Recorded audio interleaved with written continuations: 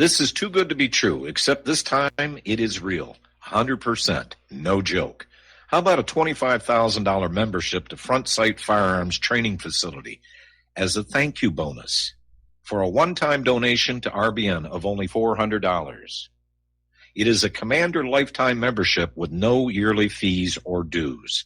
The training is free for the rest of your life with over 50 different classes. Then leave it to your designated beneficiary. You provide the approved firearm, holster, ammo, eye, and ear protection. Many features and bonuses are included, more than you would ever expect or believe. This is the ultimate graduation present, wedding gift, etc., etc. See the details. Go to RBN's webpage and frontsight.com to make it happen. You will hear this offer only on this radio network. Help keep RBN alive. Tell 5. This is RBN, the Republic Broadcasting Network.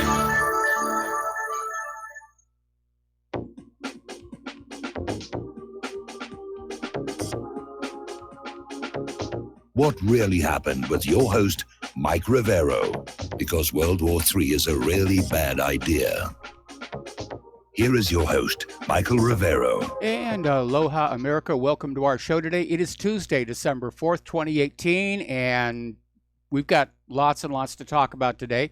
The phone lines are open, 800-313-9443. Mike is in our control room, ready to answer the phone, put you on the air with the comments and questions. First, a brief explanation about what happened yesterday.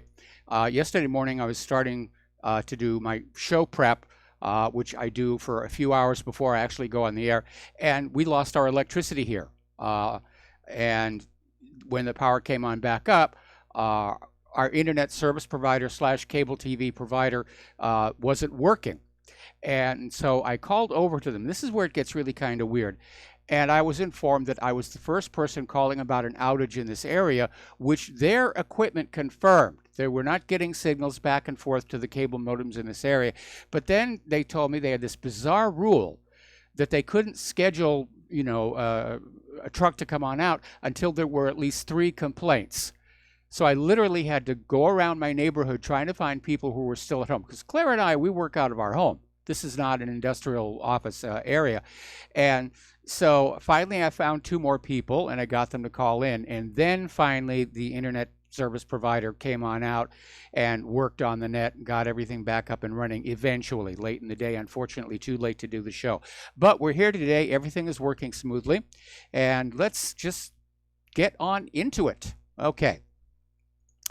Obviously, the big news over the last weekend was the passing of George Herbert Walker Bush, the 41st president of the United States. And boy, was there a media circus about that. Apparently, he passed away late Friday night. He was 94 years old. He had a good run. Can't say he died young. But the media trying to polish his historical legacy as hard as they can about, how he fought in World War II, which we did. Let's give him credit. He piloted a dive bomber in World War II. They glossed over some other things in his career, like being involved in the Bay of Pigs and being photographed in Dealey Plaza during JFK's assassination. The rest of it, it was just, this is a great man. We're saying goodbye to a great man. And just put everything on hold within the government while they go through this. And, of course, now he's having his lying in state at the Capitol and soon to have his funeral. Little bit of trivia. That little bier that his coffin was placed on in the Capitol Rotunda is the exact same one used for Abraham Lincoln. They never throw anything away over there. Alrighty, well, we actually have a caller on the line, so let's go to Jim in Chicago. Aloha. Welcome to the show. What's on your mind? Hello, Michael. With all the stuff that's going on today, there's one story that hardly anyone is talking about, and I hope you're aware of it, about that Navy admiral that supposedly killed himself in the Middle East. Did you hear that story? Oh, yeah. It's on the front page of whatreallyhappened.com, and it's one of those stories where they're saying it's an apparent suicide, but no details are being given. Today's version of the story, though, is making a point of that just 3 months ago that he was out there criticizing Iran. He was criticizing Iran. And so the obvious question right now is, are they going to claim Iran assassinated this man as part of this very obvious massive propaganda campaign being built up? Iran came in and they killed him with Novichok or some such nonsense as that. But to me, my gut sense is it probably was a hit of some kind. The question is, who's going to be scapegoated for it? Well, not only that, though, if it was Iran or even the Israelis, how were they able to get that close to him? I would just be guessing at this point, but my guess is they had somebody on the, able to get into his home, or maybe somebody he thought he knew and could trust. Wow. And the other comment that I have, today was the hearing with the Senate and the CIA director, and Yes. after the hearing, apparently a lot of the Republicans are very angry with Trump because Trump still believes that the Saudi princess had nothing to do with the killing of the reporter. Well, apparently Trump's position is that Crown Prince Mohammed bin Salman was not physically present when it happened. And, of course, the issue that's coming out from the Senate and the rest of the world is, well, did he order the killing? I mean, if you remember when that Sergei Skripal situation happened, automatically everybody said, oh, Putin's behind it, Putin's behind it, Putin's behind it. So once again, we're seeing sort of an ad hoc handling of these stories. But I think Crown Prince Mohammed bin Salman has now officially become a serious embarrassment for the United States, and we're starting to see a lot more propaganda coming on out about him. Certainly the Senate thinks something ought to be done. Quite a few of the senators, including Rand Paul, are very angry. They were not allowed into this hearing. It's all very hush-hush and classified. So, but this is definitely putting the Senate and Donald Trump at odds with each other. Right. Well, not only that, over the weekend, I'm pretty sure you saw the picture of Putin and the Saudi prince, giving each other a handshake and a high five, and they were they were getting along just great over there at the G20. Okay, Michael, that's it. You take care. All right, thanks an awful lot for the phone call. We're going to do a shout out now to our on-air affiliates. You take care. All right, thanks. Okay, some sort of a weird feedback on the phone lines there. Okay, let's talk about the war zones. There's a lot of them out there. We're going to collect the entire set, I think. A lot of attention is now being focused on Afghanistan. And we're starting to see a lot more articles coming on out saying, what are we doing there anyway? Over in the national interest, they're saying, what are U.S. soldiers dying for in Afghanistan? How much more blood must be spilled? How many more of our kids have to be blown up? What's going on over there? Now, we know that Afghanistan is about the oil and the opium, but that obviously is not something that the public would sit still for. And so they're scrambling about, how do we justify the continued presence over there? Even more alarming, over at the American Conservative, they have an article saying the U.S. is headed for a military defeat in Afghanistan. And they start out with this maxim that goes on inside the government: the U.S. can never be militarily defeated in any war. And the thinking is that the U.S. loses wars only because of a lack of political will, that we have too many cowards in governments, and I'm sure that a lot of people still think that the only reason we lost in Vietnam is we just kind of quit, which is more or less accurate, but that's how wars end. One side or the other quits. But according to this article, that maxim is going to get turned on its head, because the U.S. is losing militarily in Afghanistan. Back at the end of 2001, when the U.S. had gone on in and stomped Afghanistan by blaming them for 9/11, the Taliban were just reduced to a tiny portion of the country. And today they're back in control of the majority of the land. The U.S. right now is settling for simply keeping the puppet government in place, guarding the pipeline and making sure that the poppies are blooming. This article that came on out from Sputnik News is saying that the U.S. is actually getting ready to pull our regular military out and hire mercenaries to take over the Afghan war. Because one advantage of mercenaries is that you don't have to report on their deaths to the public. Over in Russia, specifically in the Azov Sea, Putin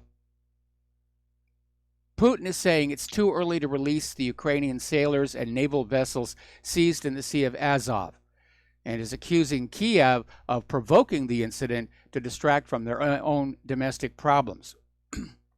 I think Kiev was working hand in glove with other Western governments, including the United States.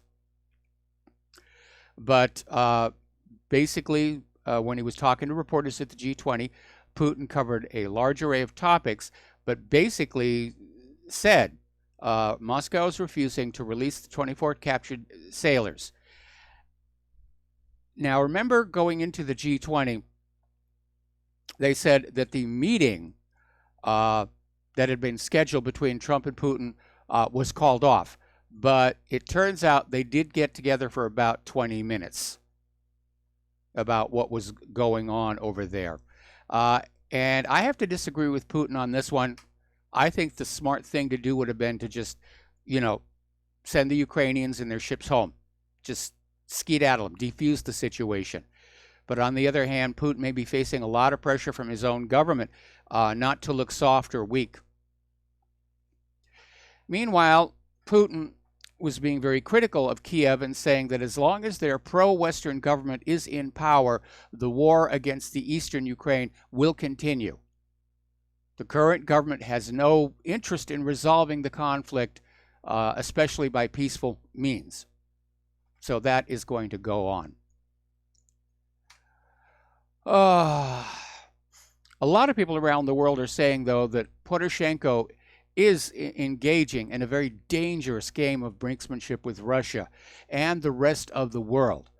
But at this point, the official propaganda of Russia stole the ships, Russia kidnapped the sailors, it's obvious this was a deliberate provocation. Now, Ukraine has access to the Azov Sea through the Kerch Strait, but it is Russian territorial waters, and Russia has some rules. 48 hours before you're going to transit the strait, you request for permission. And then 24 hours before you go, you reconfirm you will be doing this. It's all about traffic management, making sure you don't have too much traffic in the strait at the same time so things don't bang into each other. But these Ukrainian warships just basically dashed on in, refused to respond to Russian attempts at communication, were confronted by Russian warships, refused a legal order to stop. And that's a provocation. But again, I think it's wider than Poroshenko because according to this story out of Sputnik News, the United States and NATO are coordinating an alliance-wide response to the Kerch incident. And what I suspect is about to happen is a grab for Crimea. I think that's what this is really going to be all about. Okay, we have another caller on the line. Layla in Ontario. Aloha. Welcome to the show. What's on your mind? Hi, Mike. It seems to be a very chaotic time around the world, but something rather dramatic has happened in England.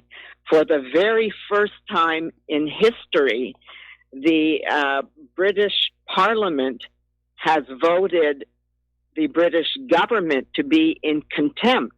Whoa. Now, MPs have voted in contempt, but yes, this is bizarre, and it's all over Brexit.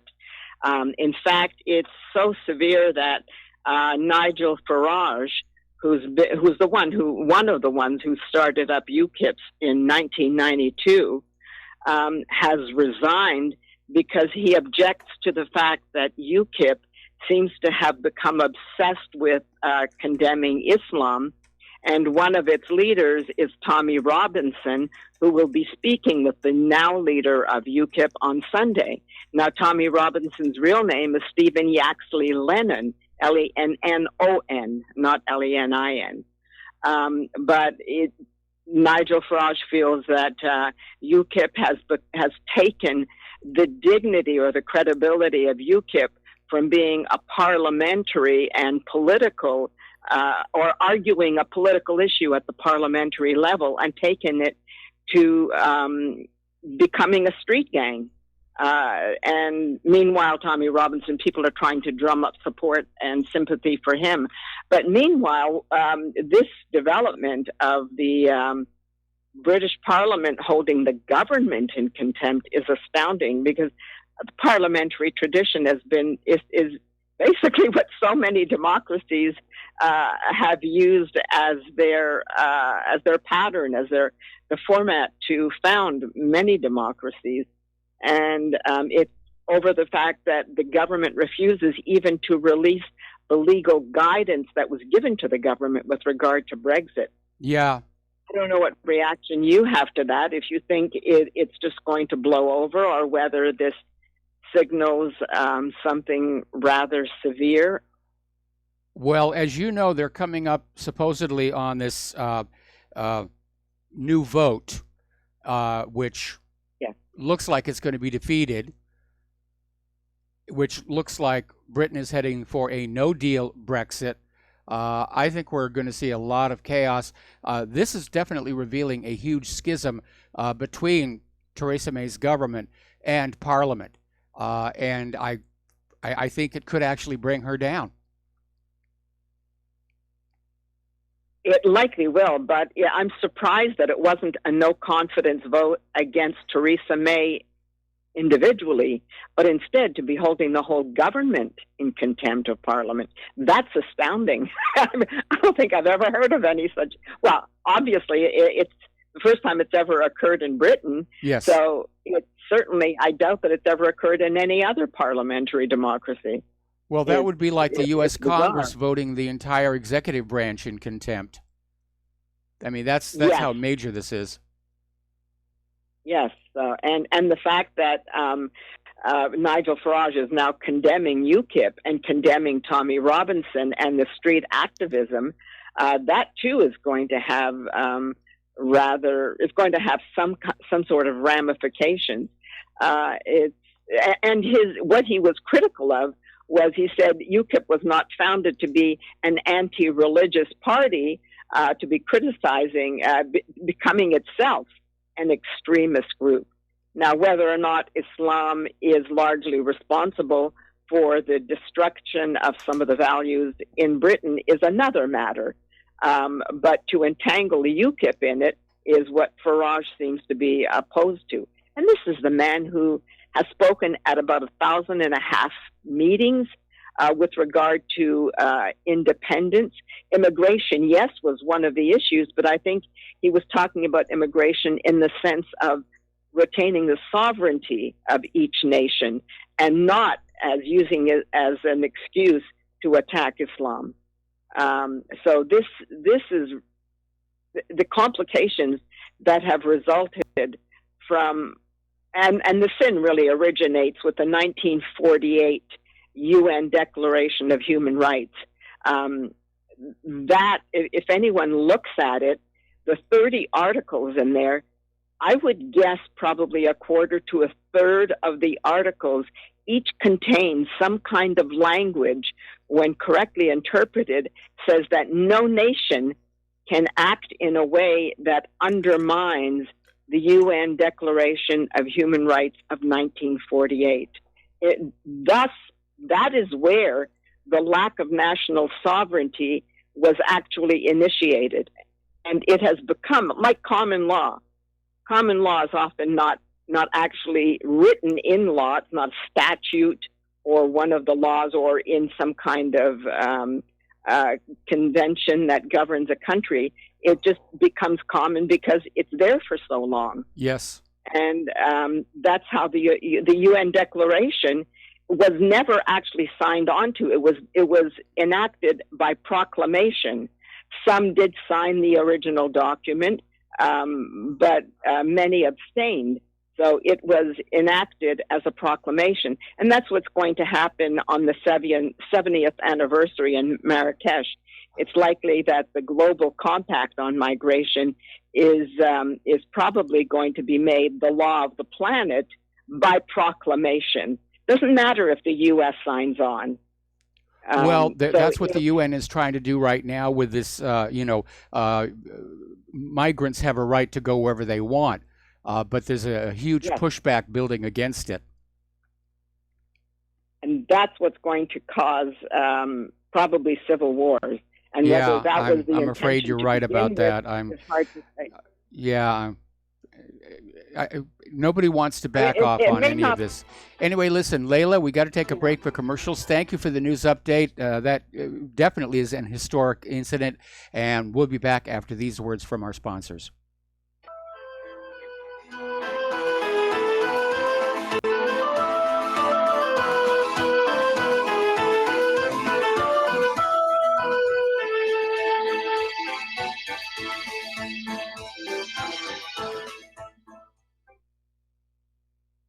Corporate media dominates the American opinion. Finding independent voices that counter this avalanche is becoming increasingly difficult. With the endless corruption running rampant throughout our government, independent voices are needed more than ever to battle the offensive against our freedoms and liberties. As a listener of RBN, no one understands this concept better than you. Now it's up to you to do your part. The time has come for you to take action and begin broadcasting the truth to hundreds or thousands of people every month. Sound impossible? Quite the contrary. With pointed slogans from LibertyStickers.com, you can reach countless sleeping Americans unaware that they live in a real-life wonderland. LibertyStickers.com has a huge inventory of political bumper stickers and messages that reflect the truth about our government, our politicians, and the future of America. With so many in stock, there's one perfect for you. Visit us today at LibertyStickers.com. Again, that's LibertyStickers.com. Do your part. Your voice is important. Let it be heard. Attention RBN listeners. Dr. Ignatius Piazza, founder of Front Sight Firearms Training, and Fate have come together to allow RBN to run another fundraiser till the end of the year. We didn't really expect this opportunity, but thankfully it's here and running as you hear this. We've set a goal of 500 donations by the end of the year, which averages around 6 per day, 7 days a week. When you realize all the folks listening to RBN all hours of the day and night, we think our goal is realistic and extremely critical to keep RBN on the air. If everybody listening will seriously assess their ability with firearms and then take advantage of this opportunity, we feel our goal is very conservative. Please take the time to look over Front Sight's website to get an idea of an amazing facility and the world-class training that's going on there. If this interests you, you likely will have like-minded friends that would like to know. Tell them.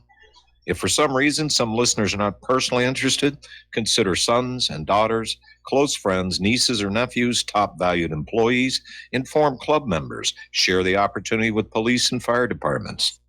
It's not too early to plan Christmas presents for special people. This fundraiser has come at an extremely critical time for RBN because the dire need for equipment upgrades. We're running on the spare tire currently with no money to fix a flat, and dual gauge is bouncing on E. This is one of the most valuable ways you can help RBN financially because you get Commander lifetime membership value that is 50 times your donation and can be passed on forever. How many times during life do you get to leave a legacy? See more details and contact info on our webpage, republicbroadcasting.org, and thank you. On the 5th day of global warming, Al Gore gave to me 5 jolly Corvettes, $4 gas, 3 failed automakers, 2 melting ice caps, and a fear-mongering documentary. And aloha, America. Welcome back to our show. Well, that certainly is an interesting development, and it's popping up all over the news media. Nothing on the Fox feed. They're still going on and on about George Herbert Walker Bush. But Layla is right. This is history. This would be, like I said, this would be like Congress voting the entire executive branch in contempt. And I think Theresa May is going to be gone. I don't think she's going to get the votes to support her plan. That means a no-deal Brexit. Theresa May is probably gone. In fact, the entire British government could collapse from this. And we're seeing all around the world, all of these places where there's this fight going on between nationalists and globalists, and it's tearing these nations apart. We're going to be talking in a little while about what's been going on over in France, because if you think that's all about a gas tax, I have some of Saddam's nuclear weapons to sell you. So anyway, the Kremlin has unveiled what would have been the agenda of the canceled Putin-Trump meeting, and it would have been about the United States' possible withdrawal from the Intermediate Range Nuclear Forces Treaty. And again, for the war hawks in our country, the military-industrial complex, they would not have wanted Putin and Trump to come to some kind of a deal, because they want to start building more missiles. They want war. War is good. Lots of money. So what if there's several billion people dead? It's too many humans anyway on this planet. And that may be one of the reasons why that Kerch incident was set up. And it wouldn't be the first time the intelligence agencies or the military sabotaged high-level talks aimed at slowing down the rush toward war here. So U.S. Secretary of State Mike Pompeo is out there. He gave a speech at the NATO summit in Brussels saying that Russia has 60 days to prove full and verifiable compliance with the intermediate range nuclear forces, or the U.S. will quit that treaty. Russia has come back responding, saying that Russia is actually in full compliance with the INF Treaty, and the United States knows it very well. So, again, this is an updated version of Saddam has nuclear weapons. Apparently, things are really getting tense over in Ukraine. The Ukrainian police have raided 3 Orthodox churches aligned to Russia amid the mounting political and religious tensions between the two countries. Now, all of the mounting is coming, of course, from the Ukrainian side. And Archbishop Clement Vecheria, a spokesman for the Russian-aligned Ukrainian Church, compared the raids to the crackdown on religious freedoms during the early period of the Soviet Union. Bad things are on the horizon. Apparently down in Georgia, Russia, Georgia, not our Georgia, 25,000 Georgians held a protest against the election of a ruling party-backed candidate to the presidency, claiming the election was stolen, and are demanding snap elections. And that, of course, is riling things up in what is a Western-backed nation. So now we have the people of Georgia are not happy with the links to the United States. Okay, now, getting on down to Syria, Russia is expanding its air defense network in Syria. This, of course, has caused the U.S. and Israel to stamp their feet and say, no, no, no, no, no, you can't do that. But Russia has reportedly completed an advanced inter-access area denial network in Syria, which of course poses a challenge to the U.S. military presence in the country and the eastern Mediterranean Sea. Moscow has deployed S-300 and S-400 missile systems, and it's also stationed at least one advanced 1L-122-1E targeting radar and Barnal-T mobile command and control system for short-range air defense systems in the war-torn state.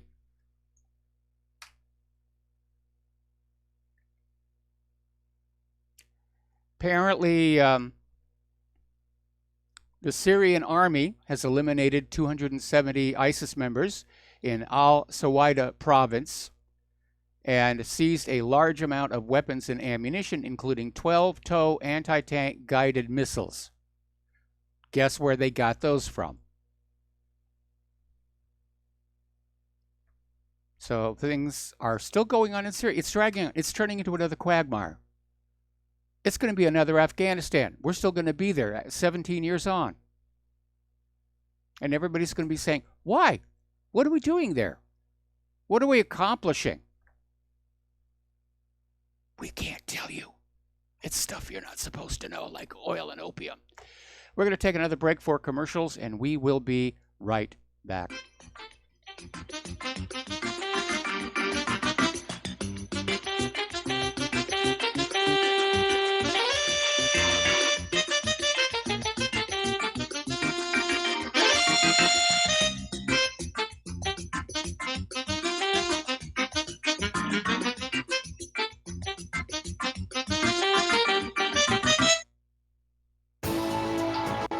You are tuned in to the Republic Broadcasting Network.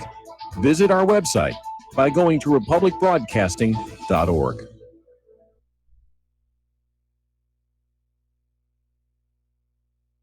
Homeowners, if your lender has gone out of business or sold your transaction to another lender or servicer, you may be the victim of a wrongful foreclosure, resulting in the loss of your home. If you've already lost your home, are in foreclosure, or even in good standing, you can challenge the mortgage transaction's illegal issue, and your property can be restored to you, and your foreclosure can be stopped or reversed, and the mortgage transaction declared unenforceable. State laws, U.S. title codes, the Uniform Commercial Codes, and U.S. Supreme Court rulings have upheld that defective mortgage documentations can reverse or stop foreclosures and enforce property title claims in favor of the homeowner. We are having successes in stopping the process of foreclosure, the enforcement of the foreclosure judgments, the sale of property, and evictions after the sale. We are not attorneys, and we don't give legal advice. We are a professional team of legal researchers, providing forensic mortgage audits and expert witnesses. We have the knowledge to produce the evidence and enforce laws regarding your legal issues. We've been in business for 12 years without a complaint. Consultations are free, and we provide a free title search to confirm if your mortgage has legal defects. Please call 855-253-3748. 855, 2, keep it today. The First Amendment in the Bill of Rights limits the government's power by ensuring the freedom of speech and preserving the rights of the people. Every day that passes, our rights gradually slip away. It's time to take a stand and let the government know we're tired of losing our rights. LibertyStickers.com will allow you to express your rights and allow millions of people to see you stand up for what you believe in. LibertyStickers.com carries the largest selection of bumper stickers online, ranging from political to humorous, and is your #1 source for Ron Paul for President stickers. As always, you can find your favorite stickers that protest the war and the president. Don't see what you're looking for? Liberty Stickers will custom make stickers that will let you get your message across for all Americans to see. Go to LibertyStickers.com and see pre-made stickers that will get everyone talking. That's LibertyStickers.com, or call 877-873-9626. Liberty Stickers, the world's most dangerous stickers. Without the right accessories, any guy can be off the mark. Whether you've invested thousands in your arsenal or you own a single trusted firearm, a visit to AROutfitting.com is in order. It's one of the finest online selections of tactical optics and AR parts and add-ons, like EOTech, quick target acquisition with no peripheral loss. Browse the full range of Nikon scopes and binoculars. AROutfitting.com can illuminate your world with Streamlight gun-mounted lights from keychain to large handhelds up to 1,100 lumens. Find some stability with Battenfield Tactical Bipods. AirOutfitting.com has CMMG gun parts, barrels, assemblies, handguards, part kits, and more, plus mag-full clips and magazines.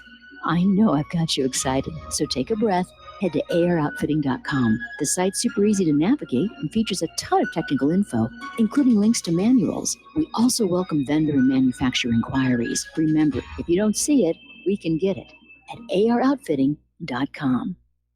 If you got the money, honey, we got the bombs. We'll plant 'em anywhere you like and blow up anyone.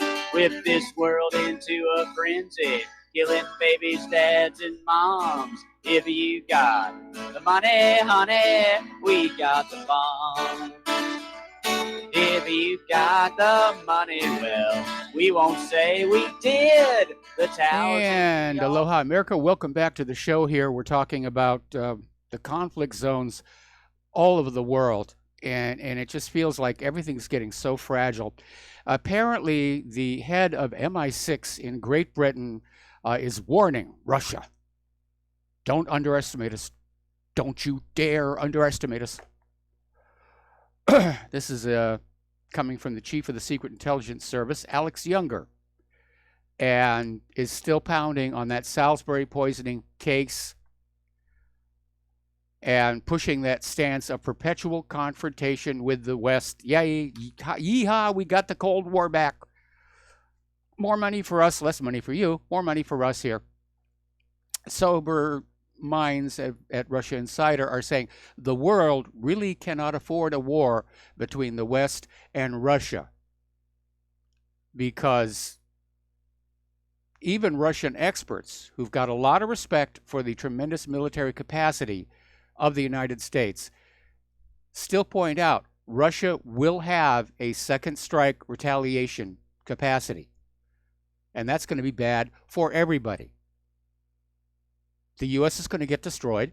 That's a bad thing for us. Russia will get destroyed. Bad thing for them. And there'll be radiation all over the place. That's bad for everybody. We're all still dealing with the lingering radiation from all those open air and Pacific tests back in the 1950s. If you have the appropriate lab equipment, you could just take in a sample of air and, yep, there it is. My own souvenir of the Baker test from Operation Crossroads right here. I've got it framed on the wall.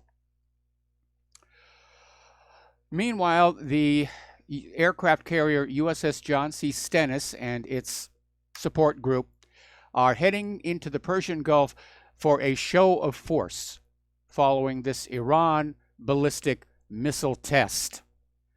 And again, everybody tests their missiles. You know, what is the big deal here? You know, it's good when we do it. Not all of our tests work on out.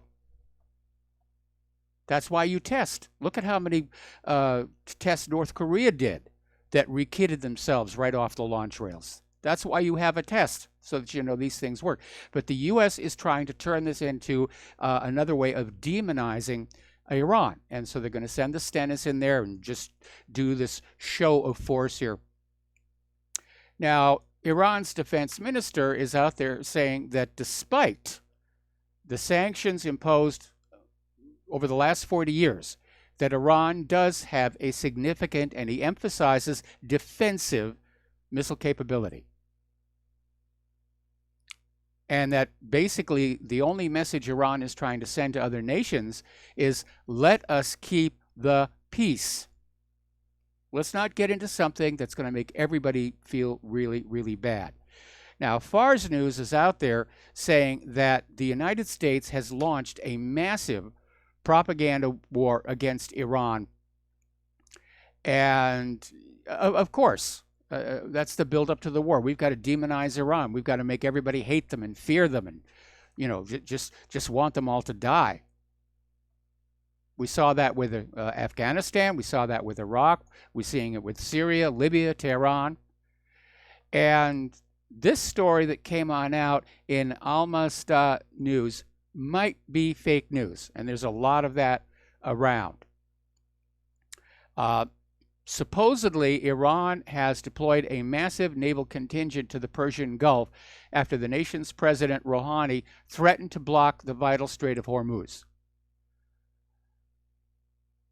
Now, I haven't found a confirmation for that. And again, it's not Iran's nature to be the aggressor.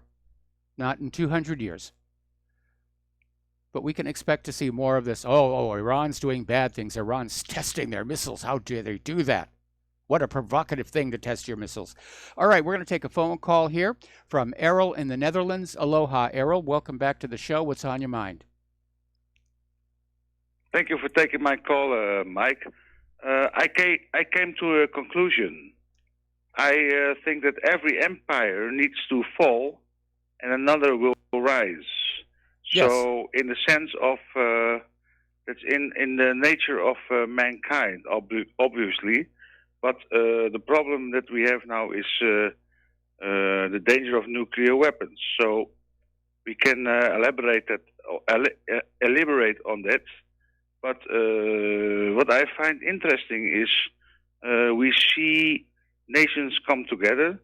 But we see now that empires in the past, like the empire of Greece, Italy, how do you call it? The European Empire, the English Empire, the Dutch Empire, even the Dutch Empire.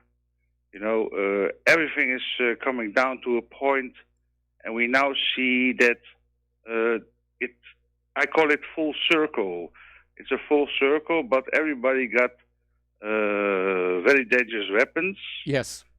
And we don't know what to do with it. So I came to a conclusion that it's obviously that empire building, so it's not, I can say like this, it's not even empire building, it's like progressing.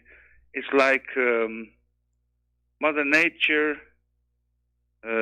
progresses in the mind of the intelligence. Well, history has shown us that all nations. NASA, Arrow? NASA. Arrow? You work for NASA, exactly. Yes. Yeah, history has shown us that all nations, and of course an empire is just a big nation, they have a life cycle. They'll start out, they'll be energetic, they'll be productive, they'll be building.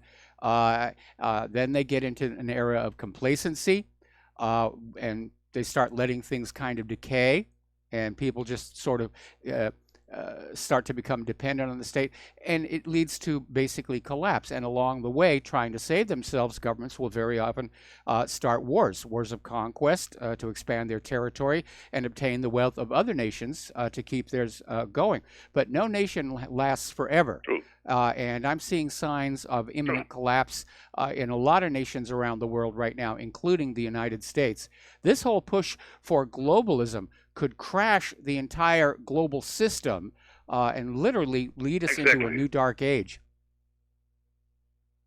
Exactly, and that's what I wanted to say to you. We have been in the old school. I call it old school. In the past, when we have sticks and stones. Nowadays, we got so much advanced technology and everything. I think there are some people that may be on the age of 60, 70, 80 years old that think always, and also do not forget what literature they are reading in their schools. So they are programmed to think that this is the way, and we need to go that way and not another way. So the concept, what I'm trying to say to you is, like what NASA does and everything, we need to get out of here. Anyways. Hey, the first starship shows up. I'm going to book passage for Claire and I. We're kind of stuck here. And the problem with a world war is it does involve the entire world. And, they're already talking about, Australia's going to come on in and help confront China. Everybody's lining up and choosing sides. But you're absolutely correct. We need to appreciate the scale of the weaponry being used. And I'm not just talking about the nuclear bombs. Even the conventional weapons are much more powerful per pound of weight than what was being used in World War II. And in addition to the proliferation of the weapons and the possible involvement of nukes, which I think is going to be inevitable. Once there's a clash of arms, use of nukes will be inevitable. But there is that other factor that we have all of these automated systems, and the software isn't always perfect, which is what we saw with the USS Vincennes and that Iranian passenger jet or TWA 800. These systems make mistakes, and they can do bad things before humans can react. That's true, and it's like the same in the movie War Games. You told it before. It's exactly the same if there is one error. But nowadays, I want to say to you, and this is very interesting, I see now in my analysis what I do with geopolitics and everything. I do this now for 15 years. And I see now that people are coming together. So the world is going to unite. it's not about a new world order or whatever they think they are saying, or whatever for fear mongering or whatever. It's about we need to understand each other. We have the capacity with internet. We have the capacity to understand Errol, each other. Errol, we have the capacity. Errol? Yeah. Okay. We, ordinary people of the world, can get along just fine. But unfortunately, through some defect, we keep giving our obedience to some very crazy people who will stand up there and say, let's have a war. It's going to be glorious, and the gods will love us, and you'll go to Valhalla and so forth. Anyway, Errol, I got a bunch of calls. They are still there. Errol, I'm sorry. They are still there, but but they're still there, but they are diminishing. Thank you for my call. All right, thank you very much. We're going to switch over to Dustin in New Jersey. Aloha, Dustin. Welcome to the show. What's on your mind? Errol, where the hell you been? I mean, Errol, you got to call in more often again. You used to. I mean, we need to know what's going on in the Netherlands, Mike. I mean, we need to know what's going on, what they think of Russia. We need the people who used to call from the UK call back in to what's going on over there. Hey, Mike, what's Macron's favorite color? It's not yellow. Not anymore. Not anymore. Did you see when he actually got to the airport for the G20 and the airline ground crew were standing around wearing those reflective yellow vests? That had to be I saw that. Yeah, chilling moment for him. Yeah, I was like, what, they follow me? You know, hey, did you see there's a new video out where they're actually protesters just tipping over cars on the side of the street? Yeah. That place is messed up, man. That's our future, Mike, because that's what austerity looks like. This is all about austerity, people. What happened in Greece? You know, the bank runs, the higher fuel prices, France is in a bad state now. You know, it is. And it so is. You know, Macron may have to resign. But the scary thing is, Mike, that these people will start wars. And remember, Syria was a colony of France, right? So I mean, France was involved in that attack on Syria with Israel. Remember? Yes. They had the French frigates out there, and one of the ships, I think, had a defect because it couldn't shoot its missiles off. Yeah, I remember But I mean, that. this is all about austerity in France. Yeah, I mean, I the think there are Western other world causes. isn't really. Dustin, I think there are multiple causes, and as I said before, you can have a population that is becoming resentful. They're feeling the pressure. There's the fuel tax thing, but there are other underlying issues. And once the faucet is turned on, turning it off becomes very, very difficult. And I think the anger and resentment over other things like the open borders. They've turned Paris into an absolute mess with all the refugees. Right now, it's overrun with rats because of all the trash and everything that's being left in the streets. And it smells over there, too, Mike. They said it smells. The streets smell. Yes. Like San Francisco smell. Come on, man. Why? They don't care, though, because they live in their own world. They're guarded gates communities, Yeah. Isn't it amazing, Mike? They can put fuel prices on to the rural community gets hurt the most. The people who live in the city don't really get hurt as much, you know what I mean? Because they don't have to drive that far to work. It's a different world. Well, it's definitely, you're right. People in the rural communities, especially farmers, farm equipment takes oil and gas. Anyway, listen, Dustin, we're going to let you go, and I'm going to take one more call before the commercial break. Bob in the Upper Peninsula, aloha, welcome to the show. What's on your mind? Good afternoon, Michael. Hello. You're on the air. Oh, okay. I see that the commercial is back on TV where they say that we didn't wait to storm the beaches of Normandy. Well, yeah, actually, we did by almost 2 years. The Russians turned back the Wehrmacht of Germany right after the beginning of 1943. And if we didn't attack from the west, Stalin would have came in and picked up the entire continent. Yep. Hello? Yes. Yeah, people don't understand that. We didn't go in and save anybody's bacon. We were there just because if we didn't attack from the west, we would have been left without anything to deal with at all.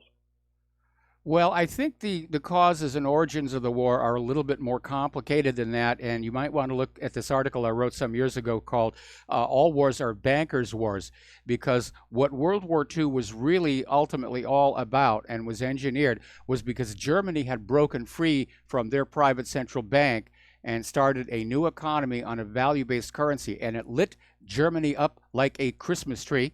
It was even called the German Miracle. Adolf Hitler was Time Magazine's Man of the Year for this amazing economic transformation, and that, of course, was a threat to all the private banking families on Earth, because people were going to look at what was going on in Germany and say, why aren't we doing that here? Understood, Michael. I'm just saying that it was the Russian army that did the heavy lifting in World War II. Yeah, the Russian army broke the back of the Nazi, the Wehrmacht. If it hadn't been for that, D-Day would have failed. Anyway, listen, Bob, got to let you go. Got to take a break for commercials, and we will be right back.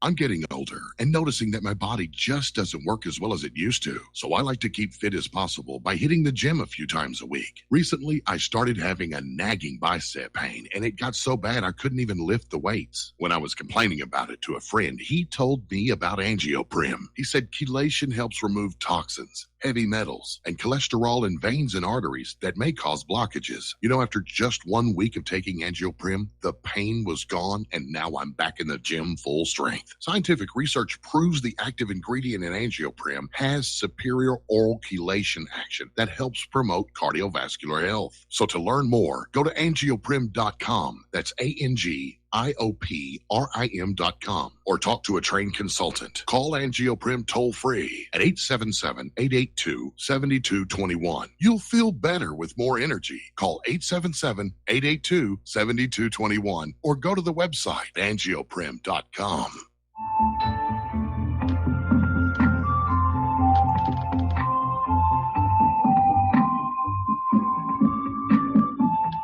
Do you know there is an ongoing war right here in America?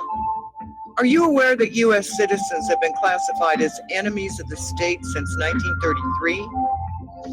Have you recognized that our entire government is really a vast network of interlocking corporations engaged in commerce? Look up Title 28, Section 3002.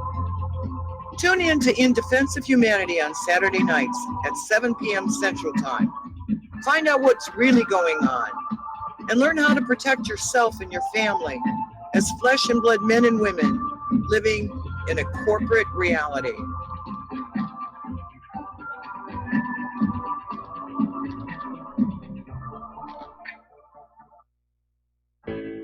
The reviews for Extendivite are amazing. Here are some from Amazon. September 2018. Extendivite works in keeping my blood pressure in the normal range. I've been using Extendivite for many years now. May 2018. Great product. I use regularly and I rarely get sick. March 2018. This product has relieved what appeared to be angina pain in my chest and shortness of breath after climbing stairs. I'm quite happy about it. February 2018.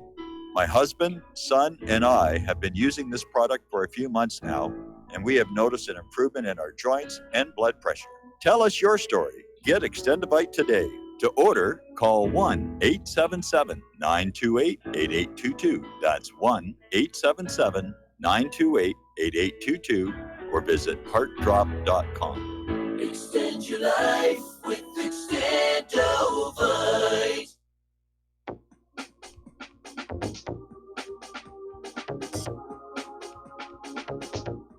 What really happened with your host, Mike Rivero.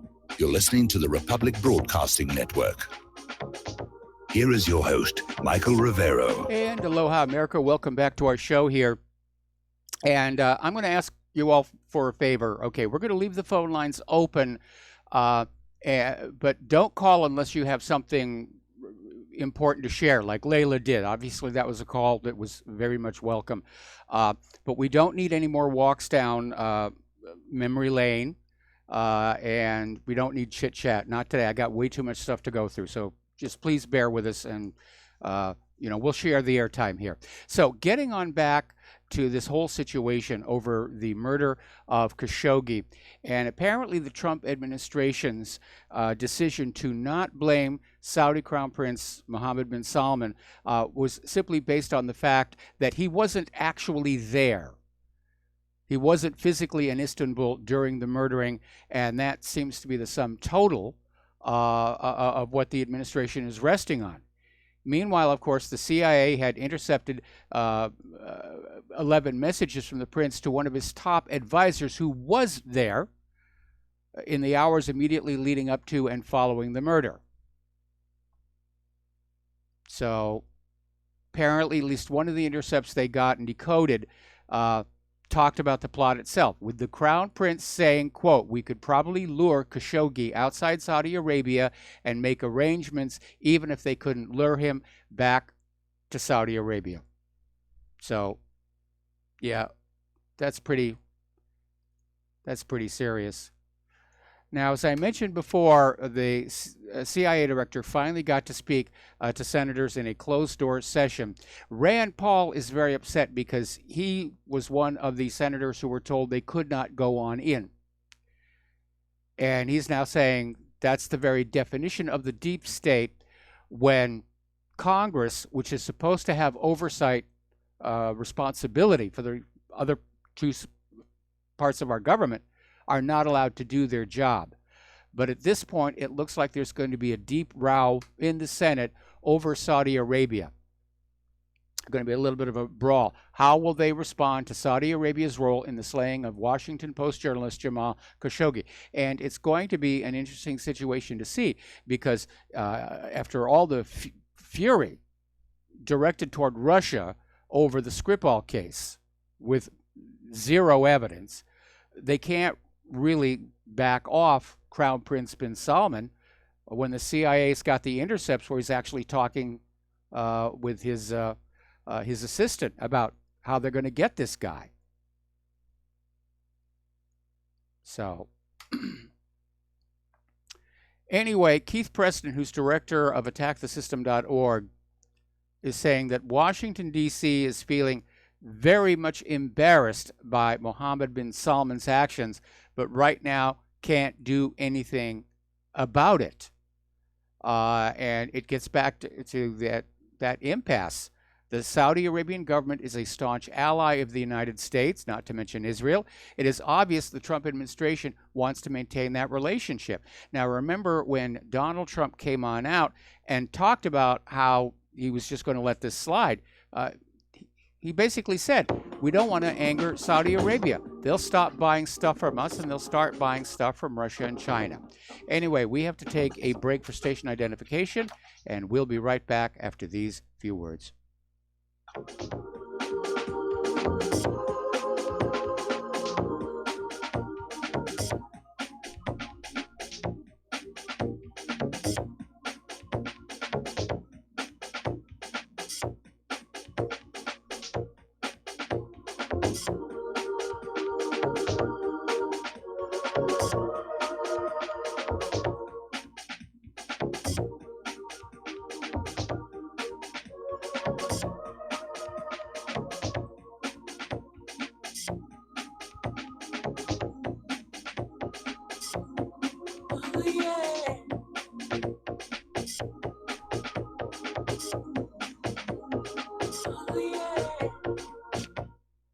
Ladies and gentlemen, J.R. Moore here. As most of you know, my regular listeners, I offer energy cleaners for sale at my website. If you don't have a clue what I'm talking about, go to my website, thelibertyman.com, educate yourself about these marvelous healing devices. We focus on pain mitigation and getting a great night's sleep. Arthritis pain, joint pain, back pain, doesn't matter. Keep in mind, I offer from me to you personally a 30-day money-back guarantee. That's what I do. Energy Cleaner is $285, shipping included to American zip codes. You can educate yourself all about the Energy Cleaner right there at my website, the patent application, the wonderful testimonials. Be sure and check out the factory-made fitted mattress pads to go with the Energy Cleaner. Now, I offer from me to you personally a 30-day money-back guarantee. That's what I do. I have a toll-free order line, or you can order it right at my website at thelibertyman.com. The toll-free order line is 800-592-9543. I say again, 800-592-9543. Thank you. You're listening to the Republic Broadcasting Network, because you can handle the truth.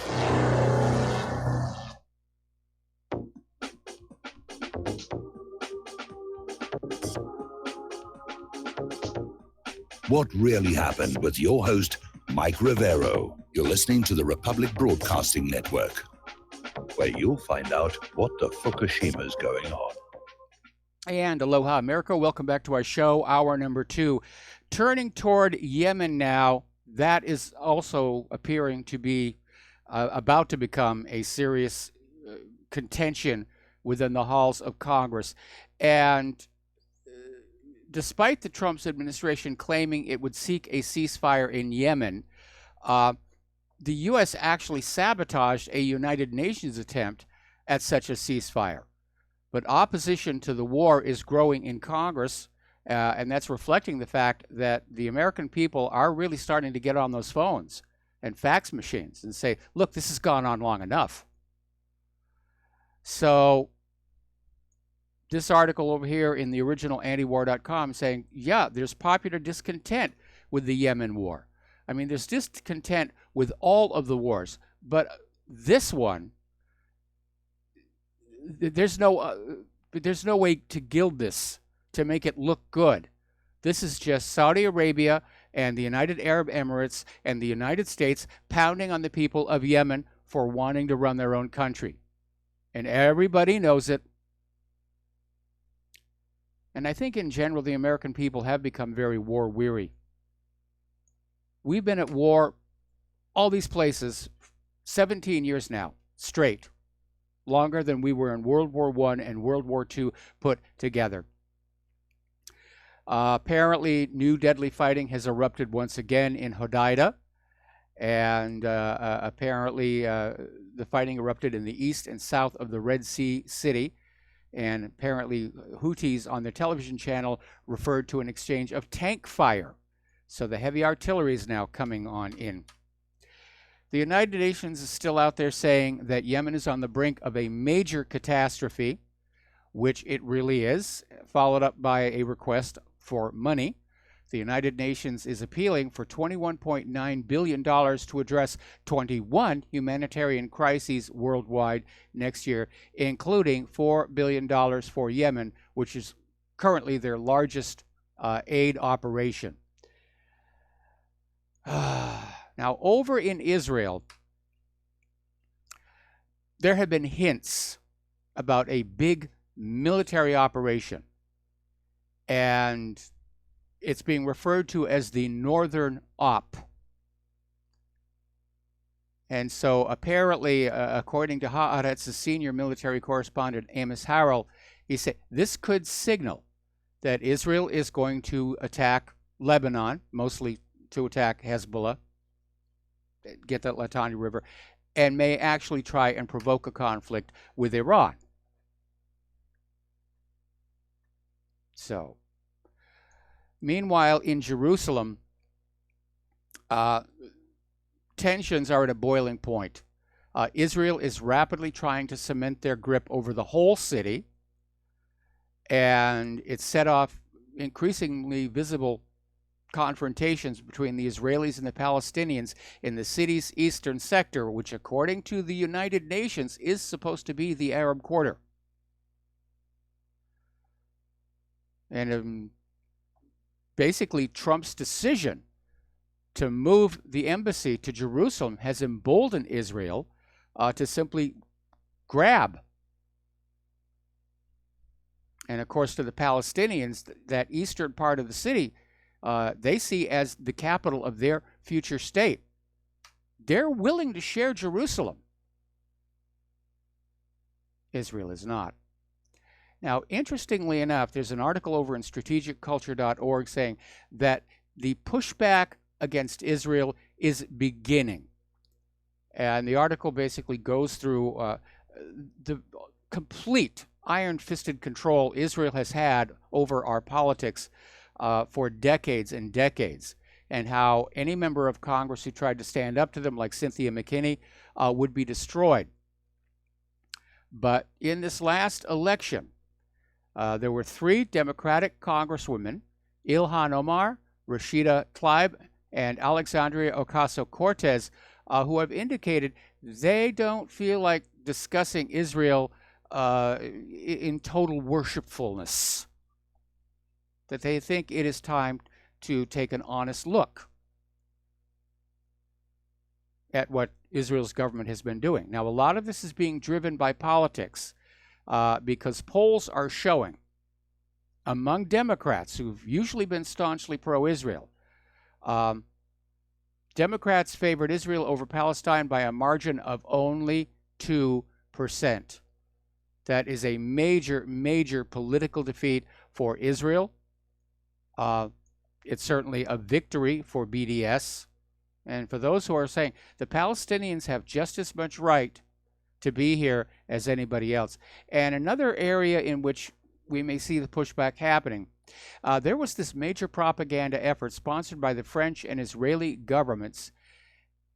Huge amount of money. Was called Saison France Israel, or France-Israel Season, was a series of hundreds of cultural events backed by both governments, and it ran for 6 months until the end of last month.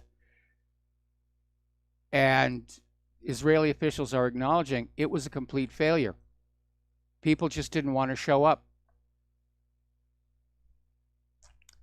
Okay, we're going to do a shout out now to our on-air affiliates who are just now rejoining our network. Benjamin Netanyahu's legal woes are growing. Police are seeking new bribery charges related to Bezeg Telecom Israel, where basically Netanyahu awarded regulatory favors to them in return for positive coverage of him and his wife on a news website, Walla, owned by the company. So Israeli police are saying they've got enough evidence for bribery and fraud charges to be brought against Netanyahu. This might actually punch Netanyahu's button. He may start a war just as a distraction. I still remember back when Monica Lewinsky was testifying before Congress about the blue dress. And she came walking on out of the building expecting a phalanx of corporate media that she would speak to. The steps were empty because while she'd been inside, Bill Clinton launched cruise missile strikes into Syria and one other Middle Eastern country to supposedly destroy a biological weapons laboratory, which actually turned out to be an ordinary aspirin factory. So you, the American taxpayer, got to pay for the $1 million a shot cruise missiles, and you got to pay for rebuilding the aspirin factory as well. All right, so let's talk about what's going on in France because it is very, very significant. And apparently the French have just taken on the name the Yellow Jackets because they're wearing those reflective yellow safety jackets that you basically buy at any hardware store. And they're in the streets in the hundreds of thousands in what is being described as a citizens' revolution. And there's more going on here than Macron's threat to put a massive tax on gas. As one of our callers mentioned, French students are blocking high schools. They're burning cars, throwing stones at police and amid these protests here. And apparently police are putting up barricades. Now, there's an interesting little take about this This is over at shtfplan.com. The Paris tax revolts. The world begins to realize the truth about government. That's one aspect of it. I think the world is also beginning to realize the truth about globalism. But this article is saying that people are waking up to the disaster that governments have caused and funded by theft over the course of human history. Now, the French revolts, which began over the increase in the petrol tax, have left 133 people injured, over 400 arrested. And the protesters are out there saying all taxation is theft. So it's spread beyond the petrol tax, the gas tax. And this could easily spread. We already know other parts of Europe are starting to have yellow jacket protests. They've been abused too much. They've been taxed too much. They're fed up. And more to the point, people are realizing that all this money that's taken away from them is not making their lives better. It's being spent to basically commit these horrific crimes in places like Yemen and Syria and Libya. And they're not happy about that, and they don't want to be stolen from any longer. And by the way, this is not just the protesters and the government. There are factions breaking up within the government itself. Apparently, paramedics are on one side, riot police are on another. And apparently, ambulance drivers were pictured facing off with officers during a demonstration in the Place de la Concorde. Right now, 80% of the people in France, ordinary working people, not the professional bureaucrat class, support the yellow vests. 80%. Now, the corporate media is out there trying to focus on the violence of the protests. Ooh, bad protesters, bad protesters. And as usual, are trying to basically downplay what's driving it. You know, the political and economic complaints central to the demonstrations. People don't just get up and start rioting without a really, really good reason. They know they could get hurt. They know they could get arrested. They know they could get killed. Now, French Prime Minister Edouard Philippe has announced there will be a 6-month suspension of the fuel tax hike, which triggered the unrest across the country, saying this is aimed at stopping the violence and restoring public order. It may be too late for that because the Yellow Vest protesters are expanding their demands. And once they're on the move, getting them to stop would take a Gandhi to stop them, I think, right now here.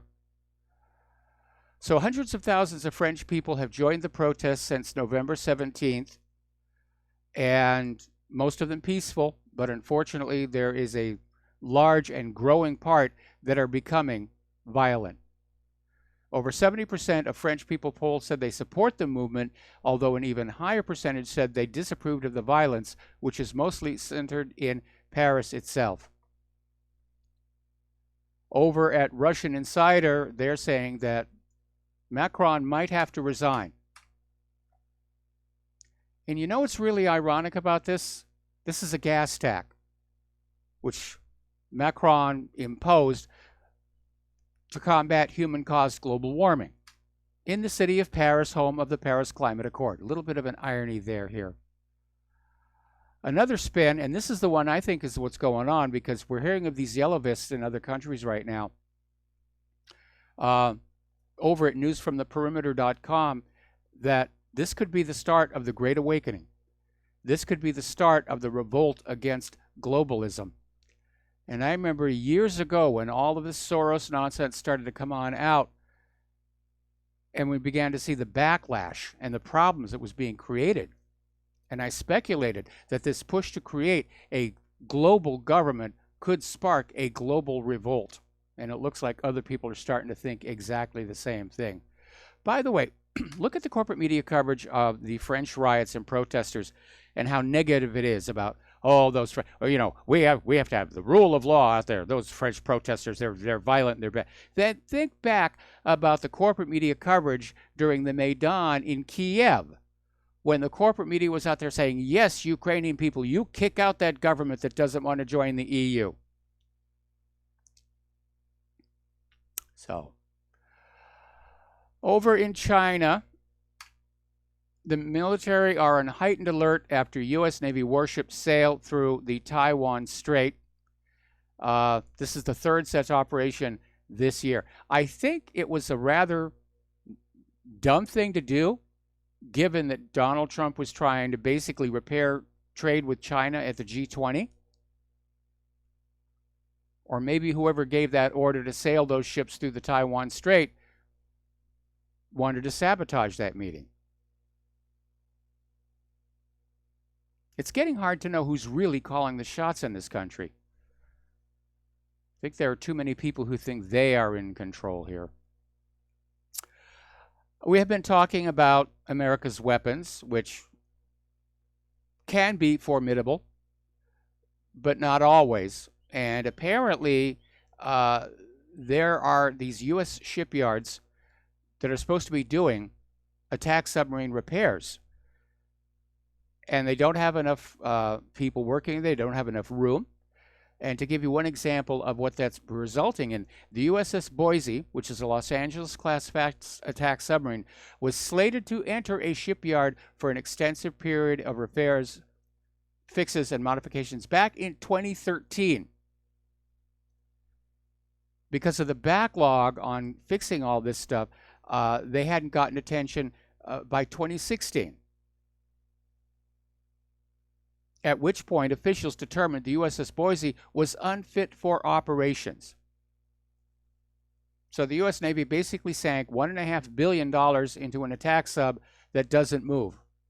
I'm sure they'll sell it to a museum somewhere here. Meanwhile, over in Russia, they've started sea trials for the latest in their class of Bore ballistic missile submarines. And they're going to order 2 more. And this will bring Russia's total ballistic missile submarine fleet to 11 boats. Now, the Bore is much smaller than the old Typhoon class, but apparently carries the same weapons load. So that will be interesting here. Over in Great Britain, apparently there's been a bit of a shakeup in the military command in an argument over the F-35 and which particular variant Great Britain should be importing. And apparently this argument is between the Royal Air Force and the Royal Navy. And obviously the Navy wants the Navy version, the Air Force wants the Air Force version. Apparently the nature of the deal precludes them buying half and half. But apparently Air Marshal Michael Wigston will now lead the Royal Air Force, while Vice Admiral Tony Ratigan would become Britain's first Sea Lord and Chief of Naval Staff. Now here's where we're going to find out who's really running the country. Russia Insider basically quoted a Donald Trump tweet that he wants to end the crazy, Trump's words, arms race with Russia. He wants reconciliation and an end to the new global arms race. That's something he actually campaigned on. So, having seen Trump flip-flopping before, this is the operant question. Is he going to come back in another week and say, yes, we've got to arm up against evil, evil Russia? Because he certainly stepped on a lot of toes with this one. Everybody in the military-industrial complex is out there saying, no, we can't have this. Peace means no money.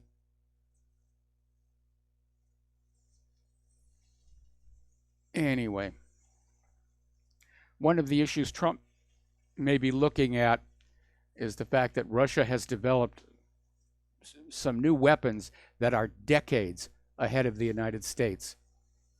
Because our military-industrial complex is all about making money, getting as much money as you can, spending it as quickly as you can, and keep rebuilding the weapons that won World War II. And Russia and China,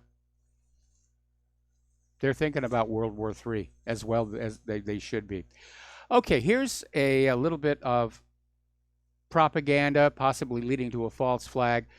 Supposedly there's this ISIS-supporting media group that is threatening New York City for an attack on New Year's with snipers, package bombs, silencers, and they're out there distributing all of these posters. And again, one of the problems about this time of the year, we have two major holidays coming up, Christmas and New Year's, either of which would make a great symbolic target for a false flag event to really crank up the war and get it going. I can imagine there's a lot of brass walking around the Pentagon right now saying, let's just get this thing going. I'm tired of waiting already. Okay, we're going to take another break for commercials. We'll be right back after these few words.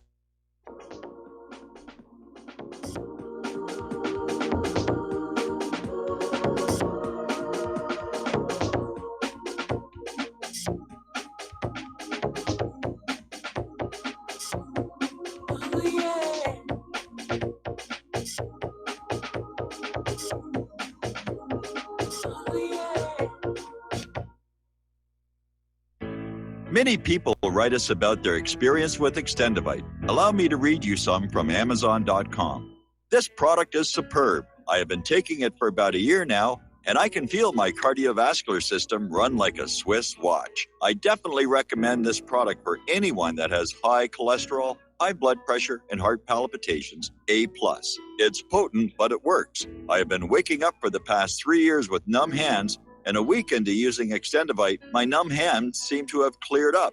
My circulation was off, and now it's back on track. So I'm happy. I feel so energized, and I have my husband on it now. My mother-in-law has cholesterol problems, so I bought her a bottle as well. Thank you so much. Love the product. Tell us your story. Get Extendivite today. Call 1-877-928-8822 or visit heartdrop.com. Extend your life with Extendivite. Folks, we're living in a world the likes of which we've never perceived any clearer than we do now. The plan for global governance has been in the works for generations and would have likely been achieved by now, but for the fact that the globalists left open their Achilles heel. With all their tools, Federal Reserve System, fiat currency, no child left behind, and then Common Core education introduced to our schools to dumb us down, vaccines, pharmaceuticals to lobotomize us, GMO foods, insertion of compromised or bought and paid for politicians, judges, mainstream media propaganda, all pieced together like a puzzle designed to ultimately bring the world under submission. But with all their strategy, they forgot one thing: knowledge. And knowledge is power. With knowledge, their bombardment is nullified. Folks, with that, as brilliant and knowledgeable as you've become, among the wisest audience of any radio audience in the world, and you are, I want you to take a moment to reflect and ask yourself, how much of that knowledge did I obtain from Republic Broadcasting Network? How high has my consciousness been raised since I've been a listener? How fast am I now able to discriminate truth from fake news by being a Republic Broadcasting listener? How clear am I now able to see the world since I've been listening to RBN? Ask yourselves those questions, folks. Then ask yourself, what is that knowledge worth to me? Like my morning coffee, how would I survive without it? A voice of truth in a sea of lies. Do we not all need to make sure it survives? Like public broadcasting, we are now finding we can only survive with listener support. Censorship, advertisers being attacked, truth itself being attacked. It's the only way through this. We at Republic Broadcasting humbly ask you to become a supporter. Look at your budget and make a determination of what Republic Broadcasting is worth to you and what you can afford on a monthly basis. Go to republicbroadcasting.org and pledge $20, $30, $40, $50, if possible, $100 a month or more if it's affordable. Click the donate button and become a regular monthly donor. Assure both us and yourself that Republic Broadcasting truth will continue to flow like that morning coffee. The network thanks you.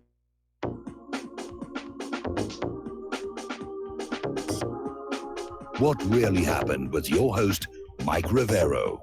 Join Mike on the air. Call toll-free 800-313-9443. 800-313-9443. And aloha, America. Welcome back to the show here. We're going to turn to our domestic politics, and it's turning into a three-ring circus. All we're missing are the clowns. Well, what am I saying? We've got a whole Congress full of clowns here. But former FBI Director James Comey has dropped his attempt to get a judge to quash the congressional subpoena and says that he has reached a deal with the GOP lawmakers regarding his upcoming testimony.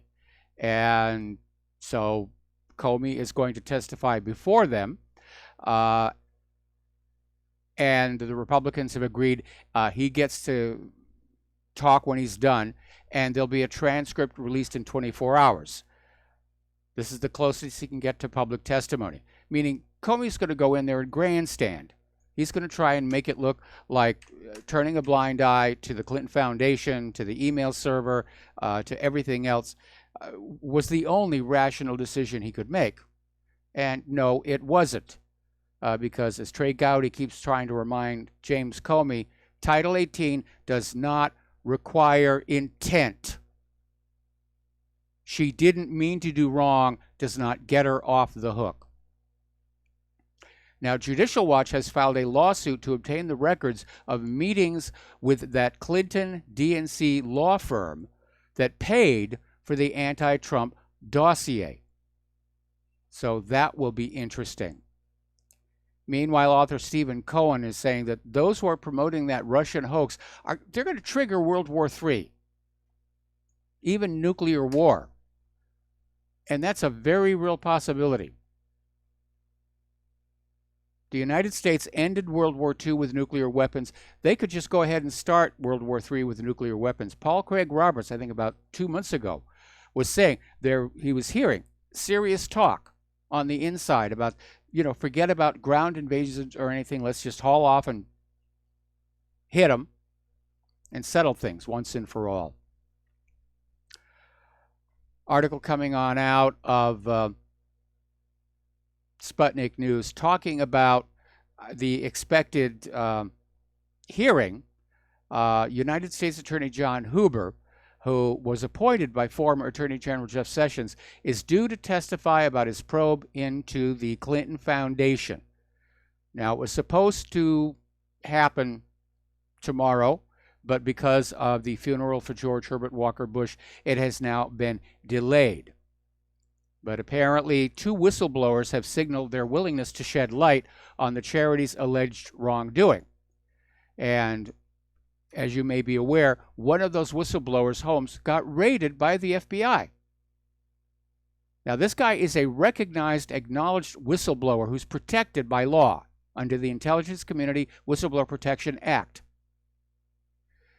And so, Senate Judiciary Committee Chairman Chuck Grassley is demanding answers from FBI Director Christopher Wray about just why this guy's home was raided.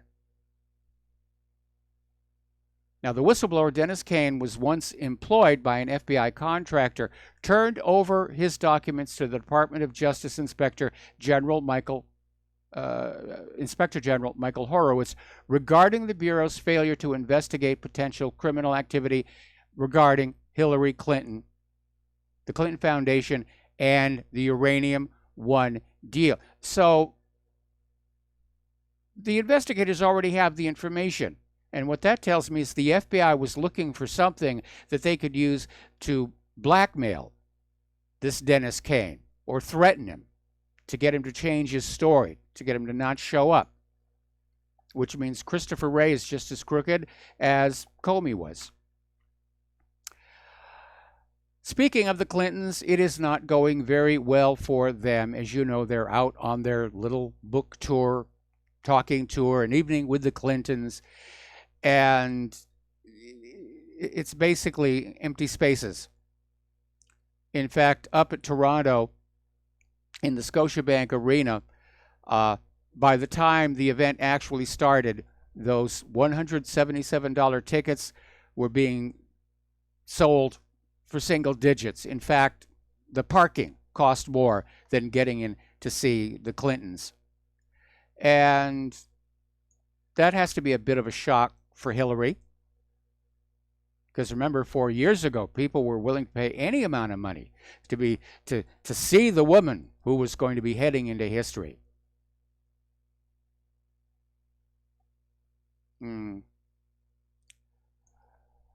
So hopefully this will lead to her decision not to try and run again in 2020.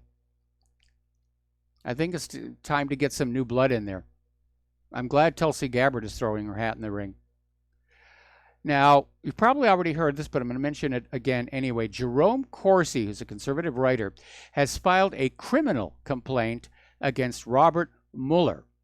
And Corsi is alleging that Mueller is on a rampant bullying bid in an attempt to get Corsi to bear false testimony against President Donald Trump. And he's going to take the matter to court. And Fox News was just running a lower third saying that there are now signs the Mueller investigation may be closing soon. All right, we're going to take another break for commercials. We'll be right back.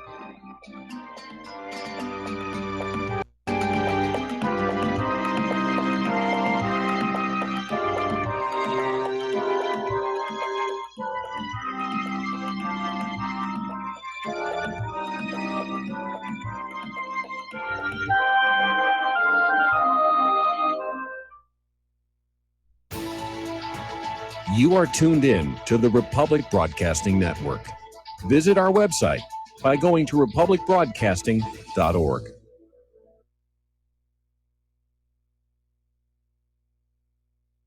Homeowners, are you in foreclosure, expecting to be served with a foreclosure lawsuit, or suspect your lender has coerced you into an illegal mortgage transaction? A huge number of mortgages made in the last 10 years have legal issues and are possibly defective. State laws and the U.S. Supreme Court have upheld that defective mortgage documents are grounds for foreclosure defense and for counterclaims in favor of the homeowner. If your mortgage has been sold or assigned since closing the loan, it may be defective and you may be paying the wrong party, and the lender may not have standing or the right to foreclose or collect payments under the law. If you would like to know if your mortgage is legal or not, or know if you are paying the right party, we can help. Our initial consultations are free of charge. We are not attorneys. We are legal researchers and work closely with experienced lawyers who know how to help you find the evidence to help you keep your home. Call toll-free 1-855-2-KEEP-IT. That's 1-855-2-KEEP-IT today. Hi, folks. CBD is the home run hitter for health right now. Why, you ask? Because of what it does for the body. Unfortunately, I can't tell you all about the benefit. You know, there's reasons. Do your due diligence and log on to ancientlifeoil.com. That's ancientlifeoil.com. Ancient Life Oil uses organic ingredients and is blended in coconut oil for some of the best benefits. Legal in 50 states and non-psychoactive. Log on to ancientlifeoil.com. That's ancientlifeoil.com. Do you worry a lot? Whether you're a college student, busy professional, parent, or grandparent, ongoing stress and elevated levels of the stress hormone cortisol can rob your memory, your health, and your future. Now you can combat the effects of stress and anxiety while improving your memory and recall at the same time with the dietary supplement Calm and Clever. Studies show that the ingredients in Calm and Clever reduce cortisol by as much as 30% in 1 to 2 weeks. Call 1-800-758-8746 or calmandclever.com. Without the right accessories, any guy can be off the mark. Whether you've invested thousands in your arsenal or you own a single trusted firearm, a visit to AROutfitting.com is in order. It's one of the finest online selections of tactical optics and AR parts and add-ons, like EOTech, quick target acquisition with no peripheral loss. Browse the full range of Nikon scopes and binoculars. AROutfitting.com can illuminate your world with Streamlight gun-mounted lights from keychain to large handhelds, up to 1,100 lumens. Find some stability with Battenfield Tactical Bipods. AirOutfitting.com has CMMG gun parts, barrels, assemblies, handguards, part kits, and more. Plus mag-full clips and magazines. I know I've got you excited, so take a breath. Head to AirOutfitting.com. The site's super easy to navigate and features a ton of technical info, including links to manuals. We also welcome vendor and manufacturer inquiries. Remember, if you don't see it, we can get it at AROutfitting.com.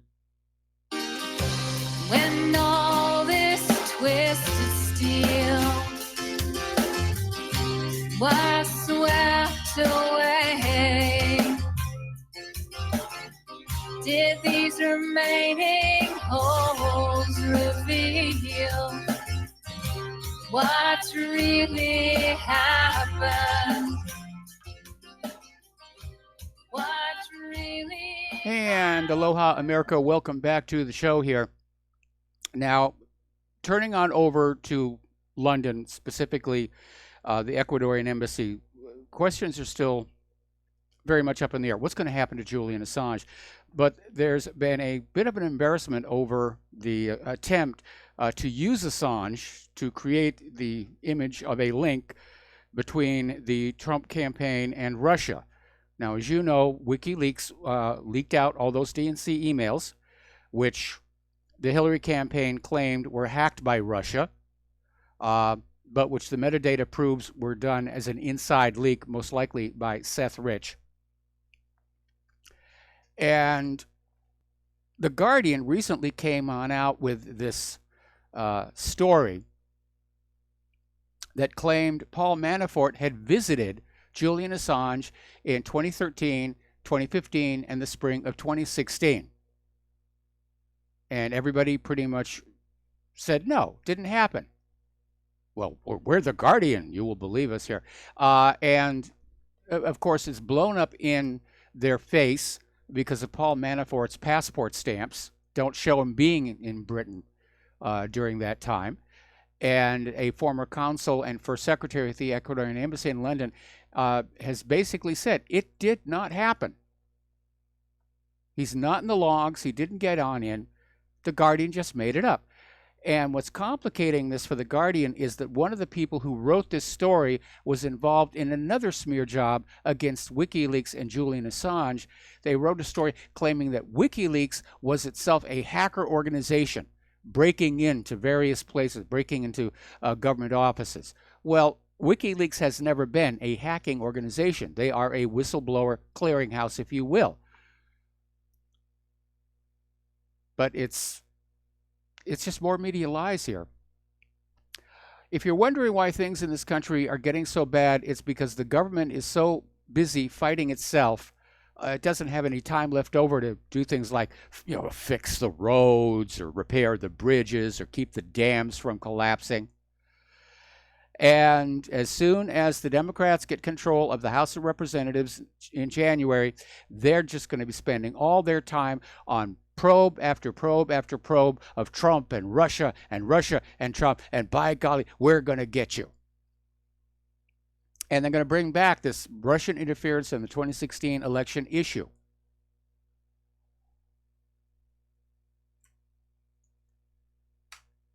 This isn't a government, it's a kindergarten.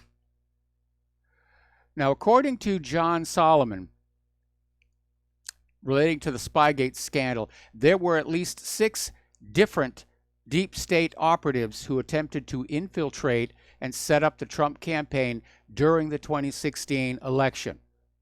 Get him to do something that was illegal or compromising. And apparently documents recently released have revealed the Obama deep state operatives contacted Trump campaign officials in Great Britain prior to the launch of any of these FBI investigations. This is worse than Watergate. Where's the Washington Post when you really need it? And already they're just cranking up here.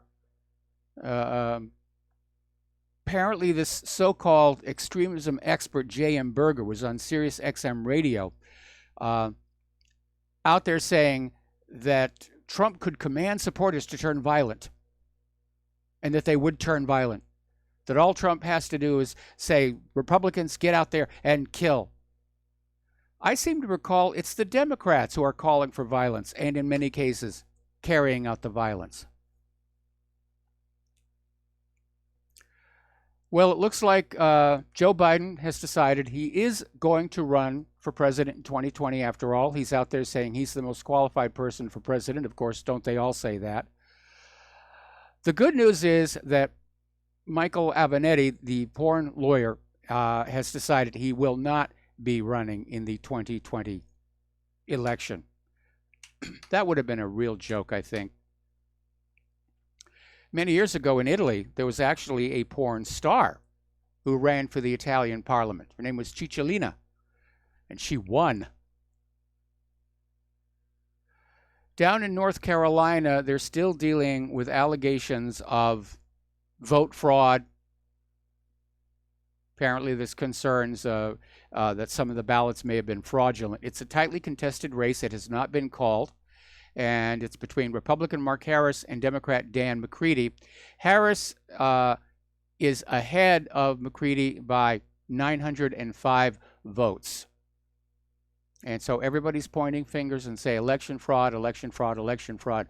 When are we going to clean this mess up?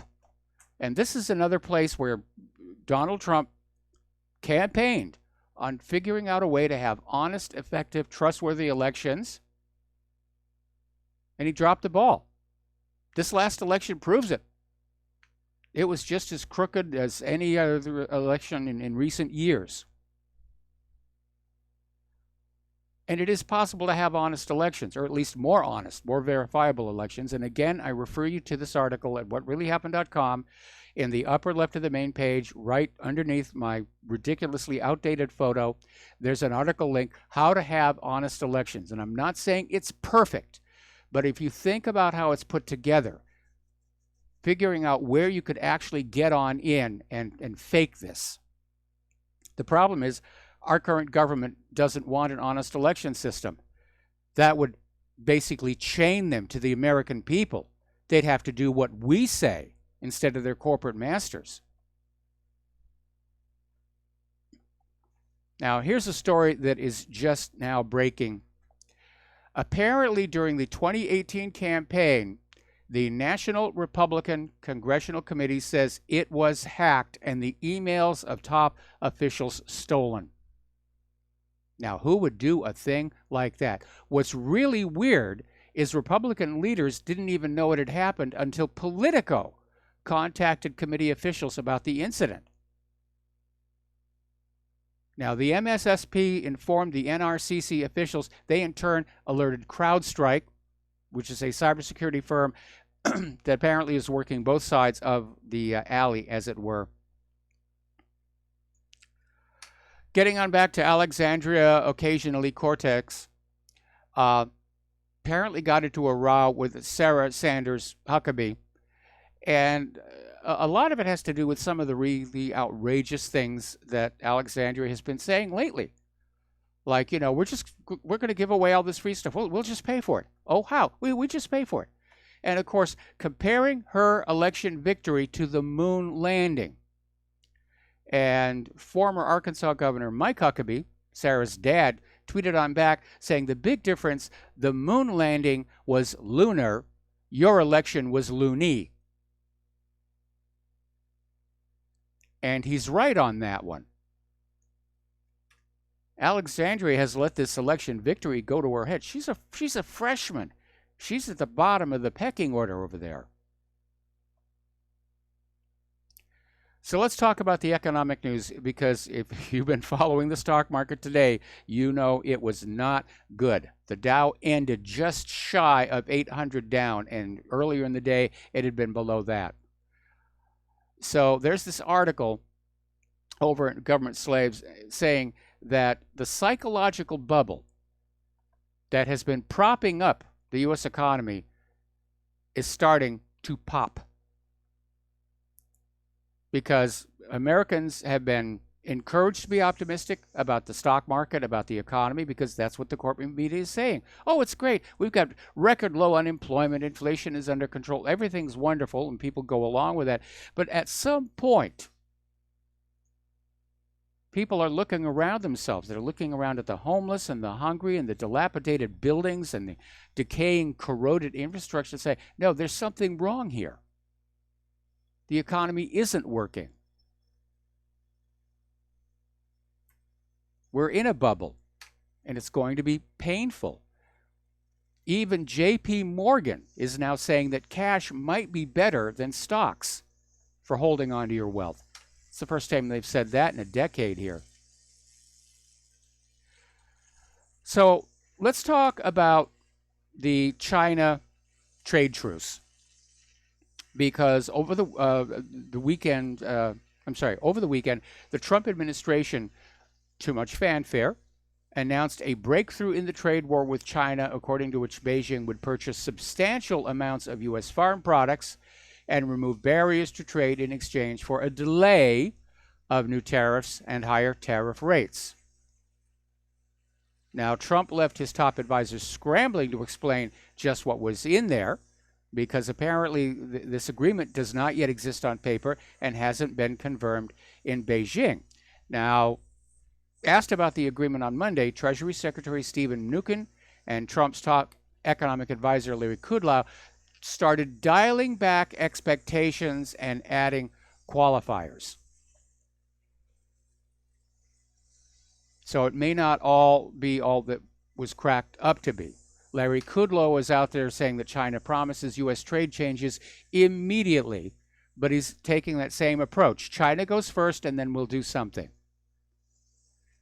By the way, I seriously doubt that part about China buying huge amounts of U.S. farm products, because China does not allow GMO.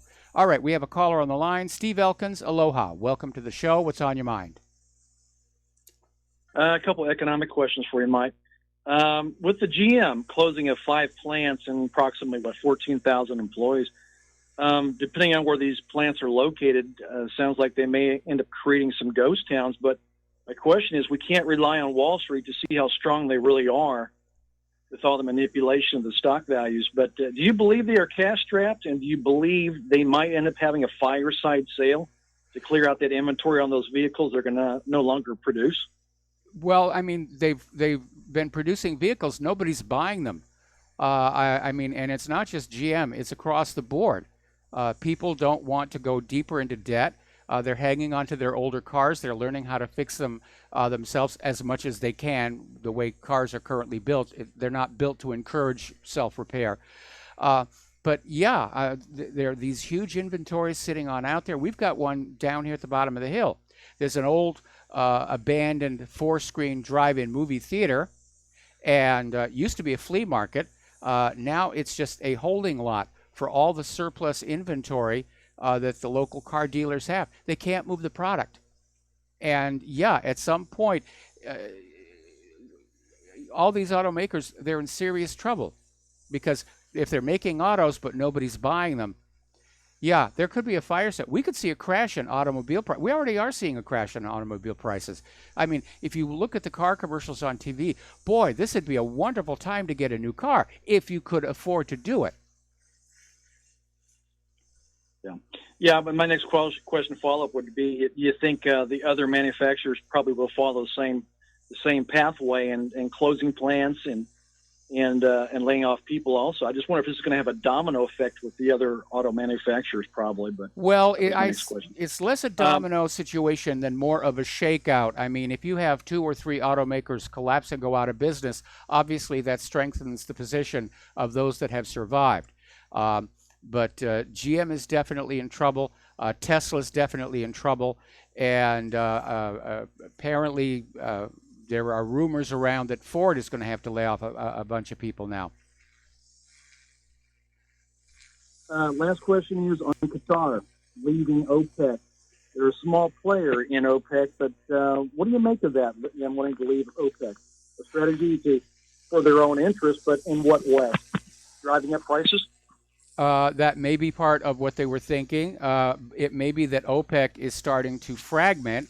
The other members of OPEC are not at all happy about Saudi Arabia and their cozy relationship with the United States. And even Saudi Arabia may be rethinking that, because they're starting to buddy up with Russia about possibly forming another oil cartel that would be denominated in a currency other than the U.S. dollar. That's it. Makes all sense. Appreciate it, Mike. Thanks again.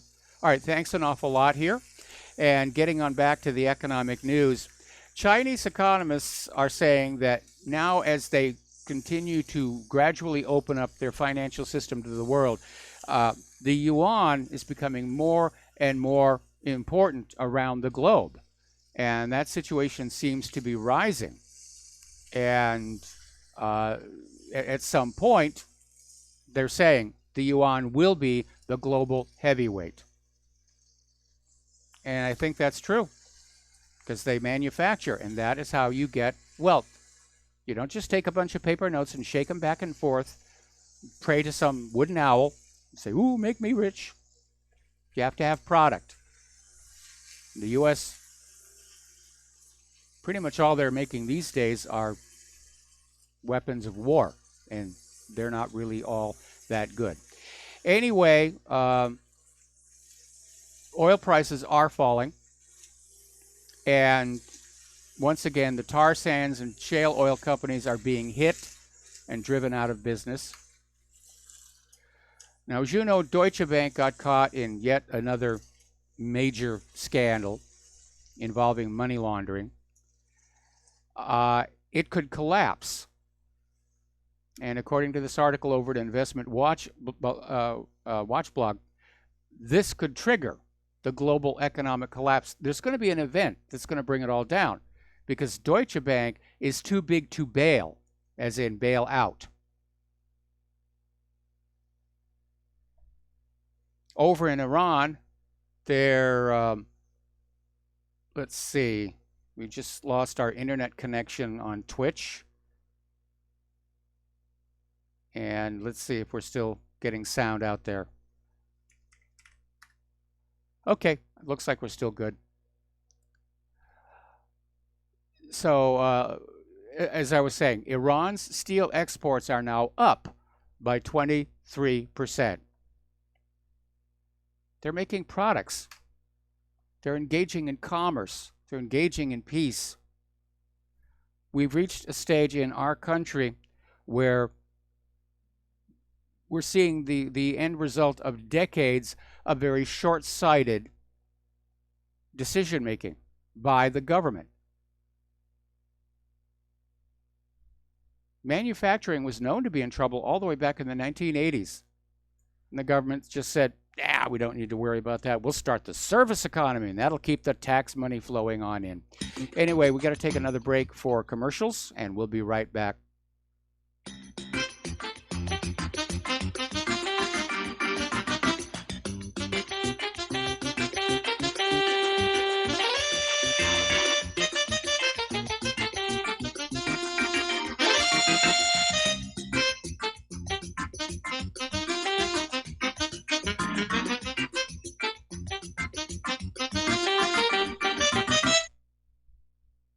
This is too good to be true, except this time it is real. 100%. No joke. How about a $25,000 membership to Front Sight Firearms Training Facility as a thank you bonus for a one-time donation to RBN of only $400? It is a Commander lifetime membership with no yearly fees or dues.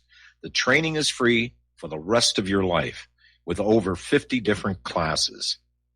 Then leave it to your designated beneficiary. You provide the approved firearm, holster, ammo, eye, and ear protection. Many features and bonuses are included, more than you would ever expect or believe. This is the ultimate graduation present, wedding gift, etc., etc. See the details. Go to RBN's webpage and frontsight.com to make it happen. You will hear this offer only on this radio network. Help keep RBN alive. Tell 5.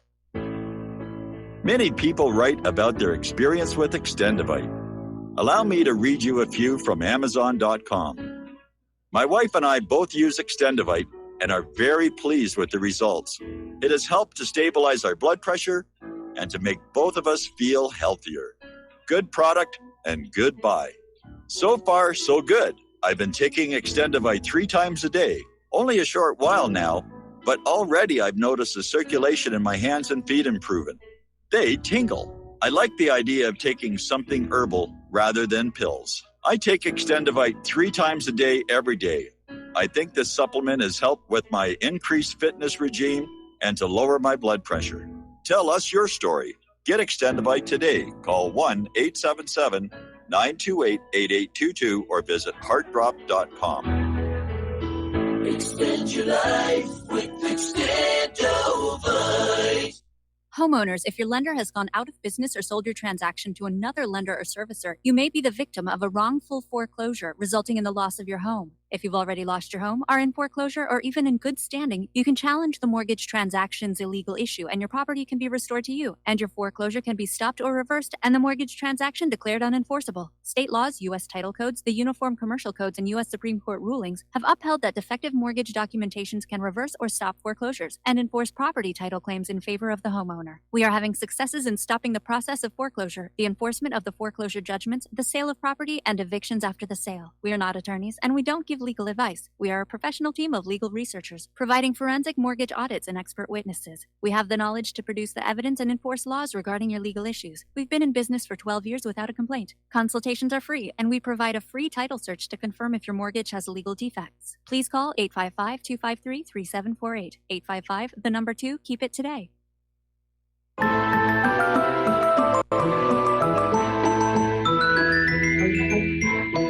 Welcome to What Really Happened Radio. Visit us online at whatreallyhappened.com. And now, set your eyes on the future and let's consider what really happened. And aloha, America. Welcome back to the show here. And for those of you who have been fans of the radio show for a very long time, you probably recognize these holiday bumpers as music from my wife's album, Christmas Without Borders. Anyway, let's see. Checking in here. Last segment, I made a comment about short-sighted decision-making. And one of the areas where I think that's definitely true is the widening use of robots to replace human beings. Now, overall, I like technology. I think robots are cool. I used to play with them. Actually, if you think about it, I used to work with them. Technically, Viking was a robot. But this displacement, I mean, the pressure on the American worker is intense right now. Their jobs are getting offshored. High-paying jobs are being offshored. You have all these migrants and illegal immigrants coming on in to displace them in our domestic work environment. And now you have the automation. So apparently Walmart has decided that they are going to go with a new fleet of robot janitors. And apparently by the end of January, Walmart will roll out 360 autonomous floor scrubbing robots in many of its stores. And these janitors can clean floors on their own even when customers are around.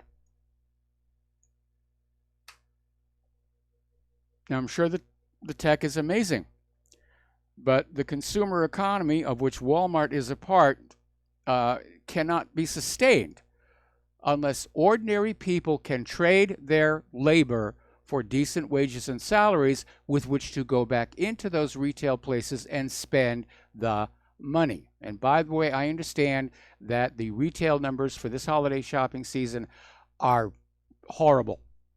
In fact, Claire and I had to do some shopping for Christmas. And already things are just being discounted left and right. I mean, shocking amounts. And you could almost see fear in the eyes of those retail clerks. All right, as I mentioned before, the death and mourning and funeral of George Herbert Walker Bush has pushed back a lot of things relative to the government. And as you know, Donald Trump was threatening to withhold his support for a funding bill that did not include at least $5 billion for his border wall.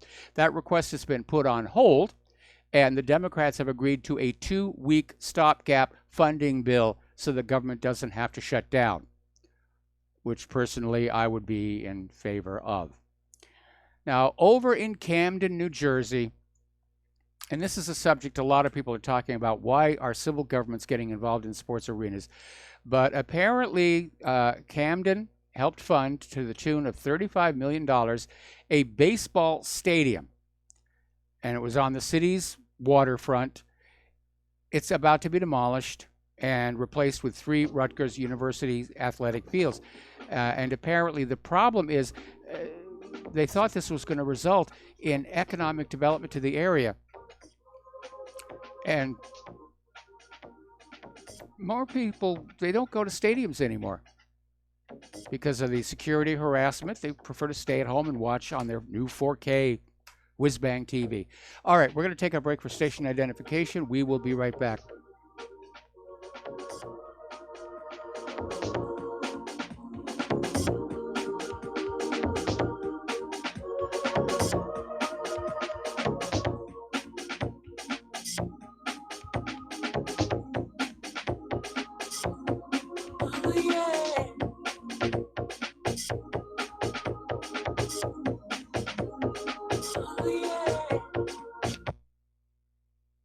This is too good to be true, except this time it is real. 100%. No joke.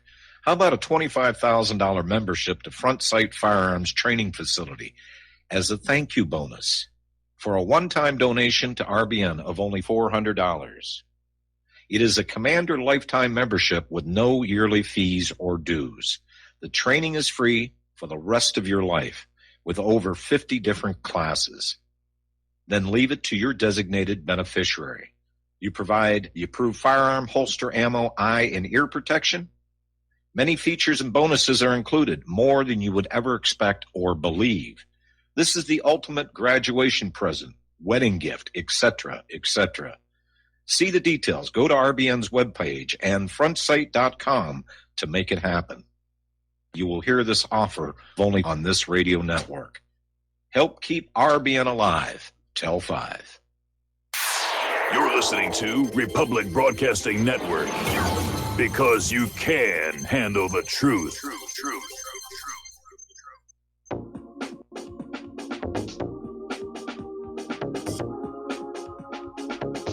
What really happened with your host, Mike Rivero? The history the government hopes you never learn. Here is your host, Michael Rivero. And aloha, America. Welcome back to our show here. We're talking about the economic news. And by the way, this is hour number 3 of our program here. As you know, iHeartMedia is trying to emerge from bankruptcy and reorganization. And it looks like Liberty Media wants to snag it. And the Denver-based company is angling to take control of the broadcasting behemoth that they have more than 800 stations, including New York's Z100 and 103.5 KTU. And yes, they have one, actually 2, here on Oahu. So basically, the idea is they want to create this soup to nuts toll taker for music lovers by combining iHeart with the other music companies, which include Sirius XM, as well as concert promoter Live Nation and Ticketmaster. Now, here's something that this gets, again, back to what I was saying about the employment situation. Apparently, Republican leaders are getting ready to push through a donor-backed amendment that would allow investors to import more college graduates from India to take jobs now held by American college graduates, who are, of course, struggling to repay those users' student loans. And this Republican amendment puts 300,000 imported Indian temporary workers and 300,000 of their family members on a fast track to green cards, American jobs, citizenship, and the ballot box, but it provides no benefits to the middle-class Americans whose jobs are being taken away. Now, certainly from the donors who are behind this amendment, they're thinking solely in terms of the fact that they're going to get good, hard workers who are not that demanding in terms of pay, because they're not struggling with the same kind of debt load America's graduates are dealing with. The other aspect of it has to do with our educational system, because the plain fact of the matter is our college graduates aren't what they used to be. Turning on down to south of the border, apparently migrants who are tired of waiting for the asylum process have started scaling the fence and entering the country. What I'm trying to find out is why the police aren't down there just arresting them and throwing them in trucks. But at least 24 Central American migrants who claim they're disillusioned with the asylum process, succeeded in breaching the U.S.-Mexico border by scaling a 10-foot high metal fence. Now, apparently, they used blankets to get over the top of the barbed wire. And apparently, other migrants managed to squeeze through a section of fence on the coastal city's beach, according to Reuters. All righty, let's see. We're going to take a phone call from Mark in North Carolina. Aloha, Mark. Welcome to the show. What's on your mind? Yeah, Mike, I'm following this thing in France now pretty closely because I think this is really big implications for the United States, Britain, Germany, a lot of these other countries that have gone to globalist type governments. Right now, I would say there's about a 50-50 shot that Monsieur Macron is going to probably be overthrown by his own people. Actually overthrown. I mean, dragged out of his presidential palace. Thing that really got me going yesterday, or this morning when I heard this is awesome to me, is police are starting to turn on Macron and siding with the crowd. They're taking their helmets off and going and joining the crowd. And this is a much more serious sign than if this happened in the United States. Because police are pretty much fractured. They're not really federalized, except for the Federal Bureau of Idiots and stuff like that. So, in France also, a good part of the police, as a matter of fact, their elite police officers are actually part of the French army, the gendarme, the gendarme, Yes. They're part of the French army. When the army starts turning on you, it's over. Yeah, it's over. He's gone. They have had, de Gaulle was almost, there was almost a coup against de Gaulle, but de Gaulle, because he was such a nationalist, so popular, and he was he's considered a war hero from World War II and even from World War I. The military was not ready to do that to him, and that was over Algeria, by the way. De Gaulle decided it's time to cut Algeria loose. A lot of the military didn't want to do that, but again, he was so popular, they didn't. But it's not impossible. Well, after that is when they tried to assassinate him. Yeah, and they also tried to overthrow him. But this little clown, he doesn't have any clout at all. I don't think the military likes him. I don't think the people don't like him, obviously. The police don't like him. He's dragging France down. They're really just about almost a third world nation right now. I was another show today I was listening to. They said the average Frenchman makes about $1,900 a month right now. Yes. Okay, and what they're living on, and yet the gas. This little nerd raised the gas to close to $7 a gallon now, and over this stupid global warming, and the people aren't going for that. And what I think next, if this happens, I think Miss May there in Britain and Miss Merkel in Germany, they better watch it, because I think they're next. I think the people in these countries are sick and tired of these clowns, and I think they're ready to. It's already happening in Belgium and the Netherlands.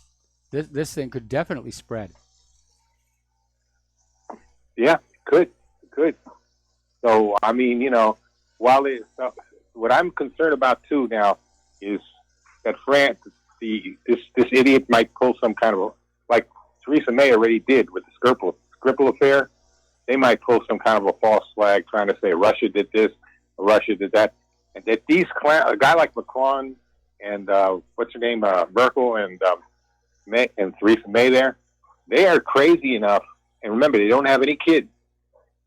Even to save, if they think they can save themselves, or just bring the whole world down with them and start World War III.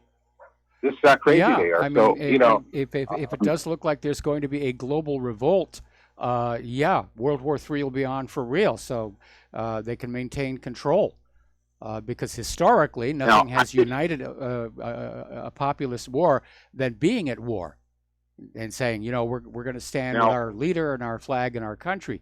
It's going to be kind of hard to sell wars at the same time you're preaching globalism But anyway, Now, Mark, my go- hope is though that Putin remains the kind of guy he is, understands what's going on, and uses utmost restraint, and that maybe Trump will finally get it through his thick head that he doesn't want to get involved in this, and he says he's against globalism, and will be on the side of nationalism, and won't go along with these European nutcases there. I don't know what you think about that. Well, I think the whole globalist push is starting to fall apart. And again, it's because liberals completely misunderstand human nature. Anyway, Mark, I'm going to let you go here. I got a lot of news to cover, and we're going to do a shout out to our on-air affiliates who are just now rejoining the network. Now, we're talking about immigration, and Representative Pramila Jayapal, who is a Democrat from Washington State, said that she helped 5 migrants enter the United States.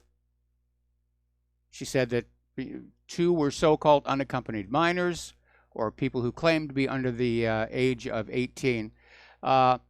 It's not clear how she got the migrants into the country, but she said they were initially denied entry. Now, that's a Title VIII violation. Why isn't somebody arresting her? Meanwhile, the caravans, wherever they are all of a sudden finding themselves leaderless.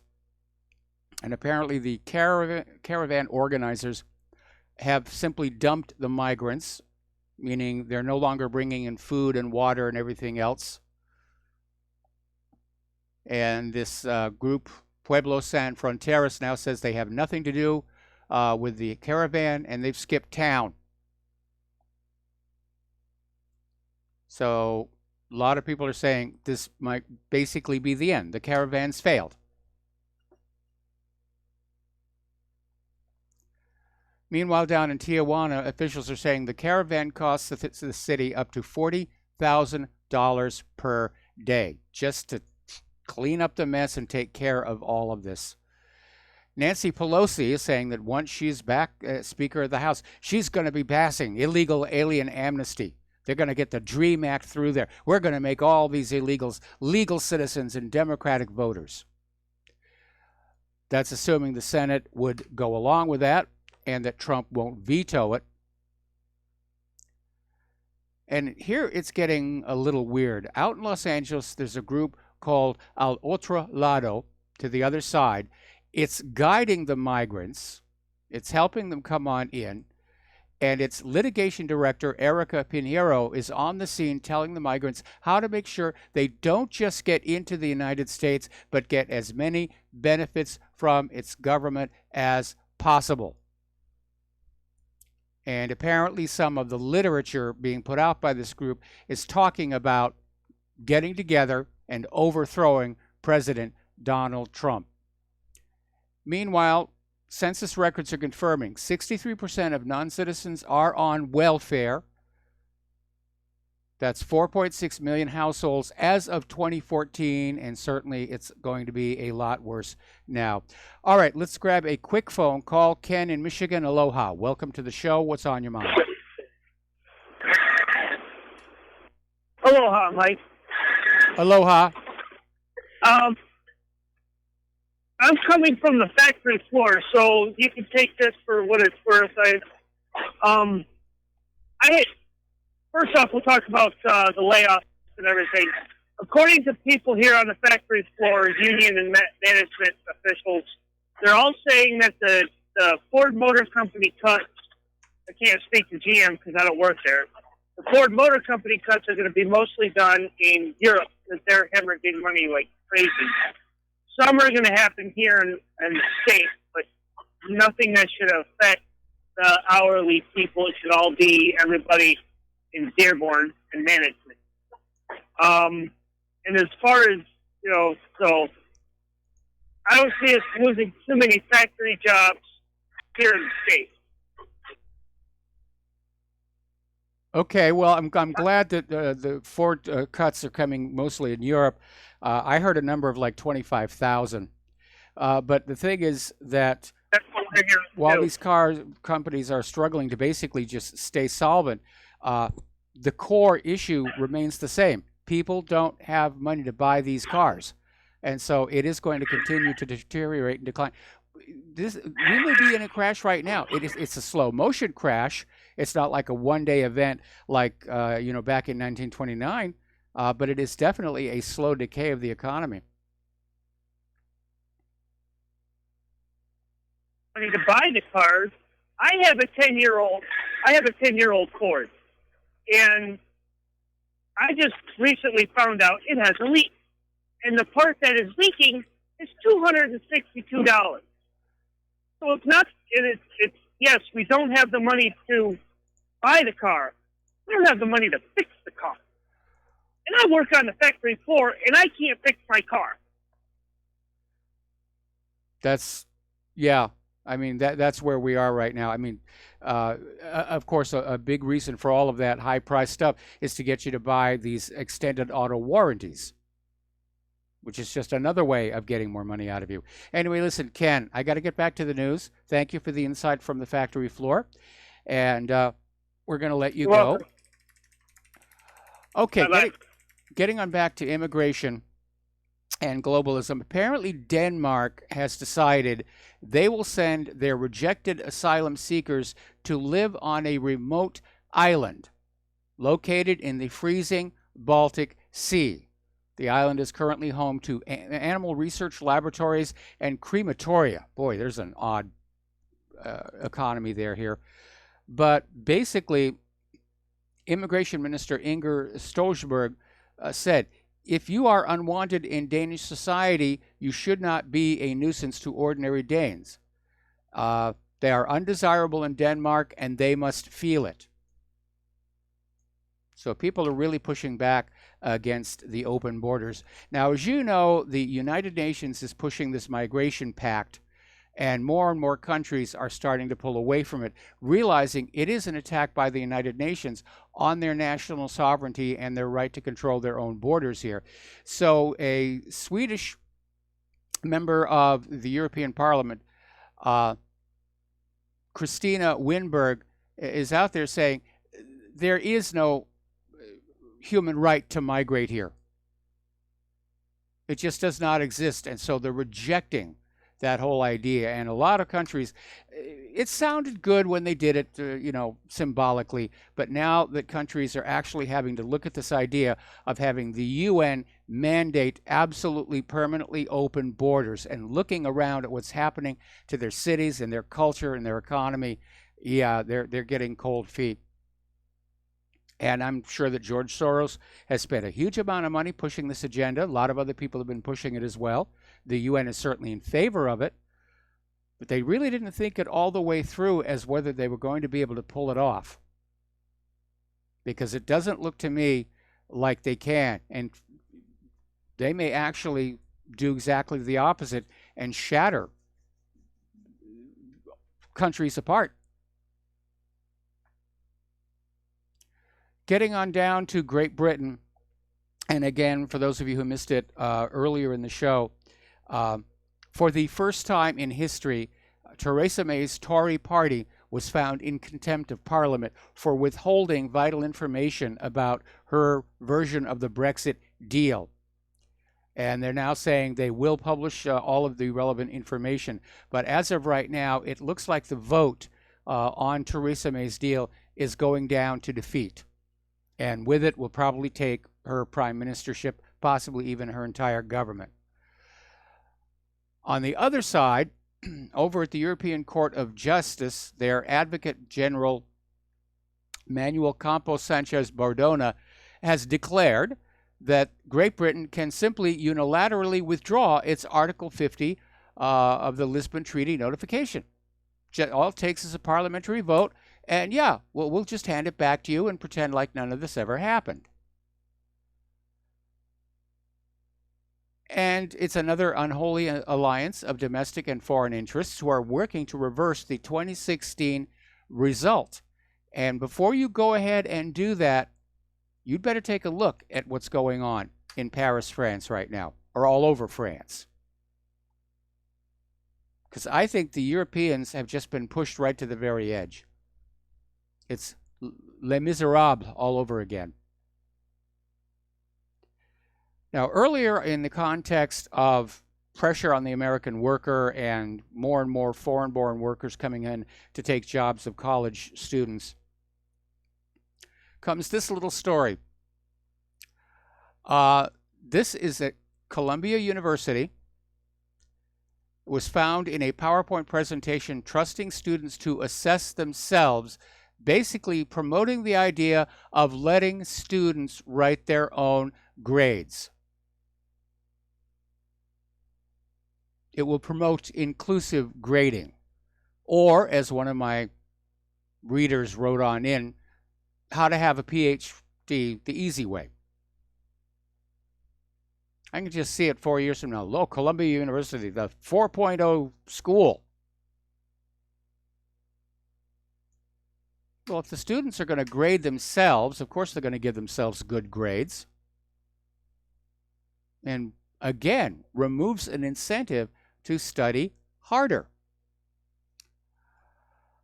Okay, last week we had this story that came out of Oakland University about how they were going to arm teachers with hockey pucks to defend against mass shootings. It turns out that story was a hoax. It's a PR stunt.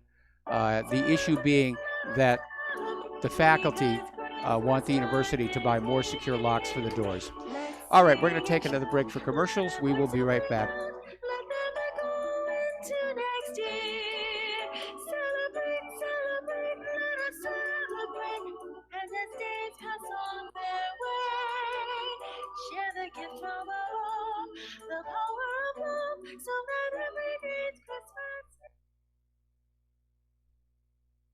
Extendivite, made from garlic, cayenne, bilberry, hawthorn, ginkgo biloba, valerian, and milk thistle, feeds our body with the nutrients we need to keep healthy. Just listen to what Arthur had to say. I was just calling to tell you what a great product you have. I had used this about 10 years ago after I had congestive heart failure. And it fixed me up and got me going for the last 10 years. Lately, I've been having heart trouble again, so I placed another order because this was the only thing that ever worked. I just wanted to let you know that you have a great product. Thank you very much. Tell us your story. Get Extendivite today. Call 1-877-928-8822 or visit heartdrop.com. Extend your life with Extendivite. Attention RBN listeners. Dr. Ignatius Piazza, founder of Front Sight Firearms Training, and Fate have come together to allow RBN to run another fundraiser till the end of the year. We didn't really expect this opportunity, but thankfully it's here and running as you hear this. We've set a goal of 500 donations by the end of the year, which averages around 6 per day, 7 days a week. When you realize all the folks listening to RBN all hours of the day and night, we think our goal is realistic and extremely critical to keep RBN on the air. If everybody listening will seriously assess their ability with firearms and then take advantage of this opportunity, we feel our goal is very conservative. Please take the time to look over Front Sight's website to get an idea of an amazing facility and the world-class training that's going on there. If this interests you, you likely will have like-minded friends that would like to know. Tell them. If for some reason some listeners are not personally interested, consider sons and daughters, close friends, nieces or nephews, top valued employees, inform club members, share the opportunity with police and fire departments. It's not too early to plan Christmas presents for special people. This fundraiser has come at an extremely critical time for RBN because the dire need for equipment upgrades. We're running on the spare tire currently with no money to fix a flat, and the fuel gauge is bouncing on E. This is one of the most valuable ways you can help RBN financially because you get Commander lifetime membership value that is 50 times your donation and can be passed on forever. How many times during life do you get to leave a legacy? See more details and contact info on our webpage, republicbroadcasting.org, and thank you. We the people, in order to form a more perfect union, establish justice, ensure domestic tranquility, provide for the common defense, promote the general welfare, and secure the blessings of liberty. And aloha, America. Welcome back to our show here. We're going to talk a little bit about the world of computers. And there has to be a remedy for this next one here. Apparently, Wells Fargo has admitted that a computer glitch led to more than 500 customers losing their home. Now, the bank announced that an underwriting error had caused it to incorrectly reject some 870 home loan modifications, resulting in the bank foreclosing 545 homes. And everybody's saying, how could this happen? And is Wells Fargo going to give these people back their homes? 545 homes just gone from, oh, it's a computer glitch. You know, we didn't mean to do wrong. It's just a computer glitch. I would imagine that probably most of those homes have already been resold. So I hope those homeowners get together and have a class action lawsuit. Or maybe it's just time for some good old-fashioned tar and feathers. Now, the Anti-Defamation League has given the CEO of Apple, Tim Cook, an award for censoring online speech. The award is called the Courage Against Hate, for blocking people like, well, Alex Jones, whom Tim Cook describes as a violent conspiracy theorist. Now, I've known Alex Jones for a lot of years. We don't get along very well. In fact, right now we're not on speaking terms, but I have never known him to be violent or to encourage violence.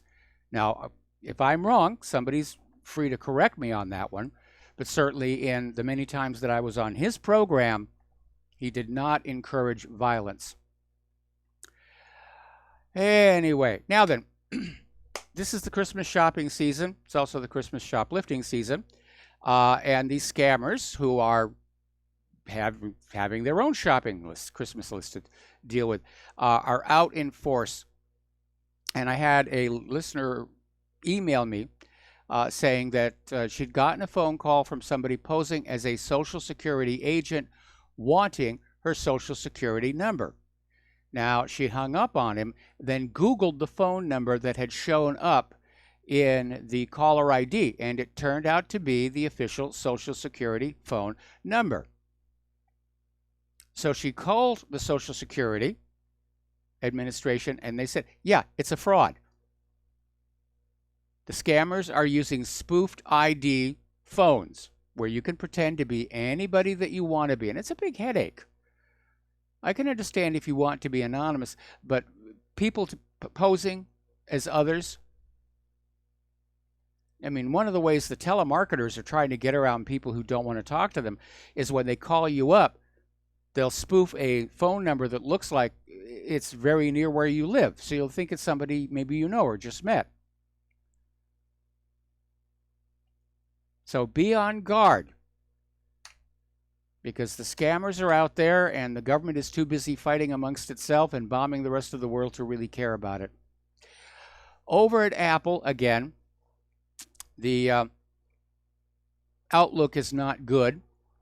And Apple is already having to resort to promotionals and price cuts to try and get people to buy the iPhone 10. Part of the problem, of course, is the market is saturated. They've sold a lot of those phones, and that's a really, really good thing. And again, people don't have the money to buy the latest and greatest just so they can have the latest and greatest. They're going to use those phones until they absolutely stop working. Then they'll go on and see about the best deal they can get. And even then, they won't buy the latest one. They'll just buy one that's maybe one or two beyond what they have. But apparently Apple has started moving much of its marketing staff to work on methods of boosting iPhone sales. A person familiar with the matter described it as a fire drill and basically confirms that Apple's devices are selling below expectations. And another part of the issue, of course, is that Apple over the years is starting to evolve toward being a single product company. Yes, they still make laptop computers and a few other things like that, but the focus has been on the iPhones. That's their big marketing push. That's their big money maker, except it's not making money anymore and their stock performance is off. Of course, today everybody's stock performance was off. It's a good thing those buildings on Wall Street are air conditioned and you can't open the windows, or it would have been raining brokers today. Meanwhile, over at Microsoft, they are announcing plans to kill off its Edge browser and create a new browser based on the same technology as Google's Chrome. So apparently Microsoft is throwing in the towel. Once again, they tried to have a slightly different HTML, and people just didn't want to bother with it. I think we're all getting sick of Microsoft's arrogance. We'll be right back after these words from our sponsors.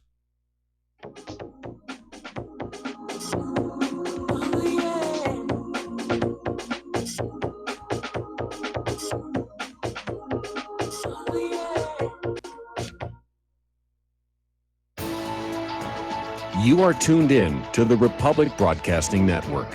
Visit our website by going to republicbroadcasting.org.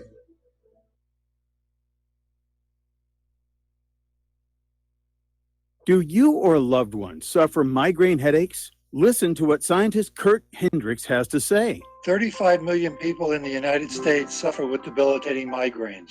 If you or a loved one are one of them, you need to know about MigraLief. Hi, I'm Kurt Hendricks, the scientist that formulated and patented the MigraLief migraine formula. MigraLief is a non-prescription dietary supplement recommended by neurologists, pharmacists, and pediatricians to address nutritional deficiencies in both adults and children over 2 with migraines. Try MigraLief for 3 months and see the powerful difference it can make in your life, or get your money back, no questions asked. Go to MIG911.com or call 800-MIG-7354. You can change your life today. So if you suffer from migraines, don't wait. Call 800-MIG-7354. That's 800-MIG-7354, or visit MIG911.com. Tired of being lied to by mass media? It's growing more and more apparent today that news is received less and less through standard media outlets. Even with a growing audience every day, RBN is beginning to direct more efforts into social media. Social media and the use of the internet is fast becoming the primary source of people for news, regardless of demographic. RBN has set out to provide some of the best news on the internet through republicbroadcasting.org, and also has begun to use the tools to our advantage by way of social media. Republic Broadcasting is now operating a Facebook page to function as yet another avenue to have our collective voice reach new audiences across not only America, but across the globe as well. The Facebook page features not only news, but also an RBN player to listen to our broadcasts. Get involved by visiting facebook.com/Republic Broadcasting and liking our page and share it with your friends and family, because you can handle the truth. The reviews for Extendivite are amazing. Here are some from Amazon. By Christine, great for heart palpitations. By Ann, before I started using this product, every afternoon my ankles and my hands would be swollen. That doesn't happen anymore. So if that part of their advertising is true, I have to assume that the rest of it is also. Not to mention that when I had my yearly blood test, only a few weeks after beginning to use this product, my cholesterol had dropped over 30 points. I'm going to continue to take it. By Croc, I love this product. It really works. By Brad, works great, thank you. Tell us your story. Get your Extendivite today. To order, call 1-877-928-8822. That's 1-877-928-8822, or visit heartdrop.com. Extend your life with Extendovite.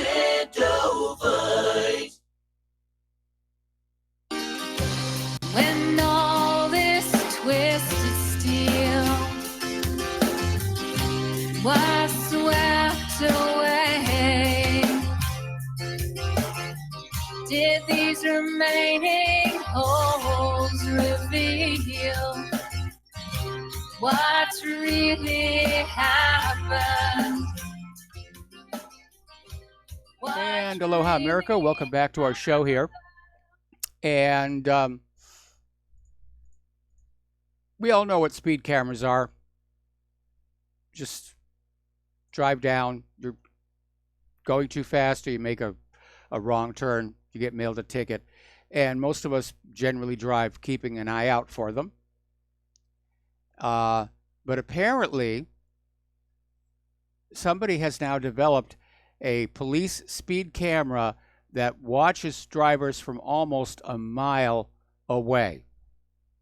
Got to be a heck of a lens on that thing. But that's how they're going to get around people who are watching for the speed cameras.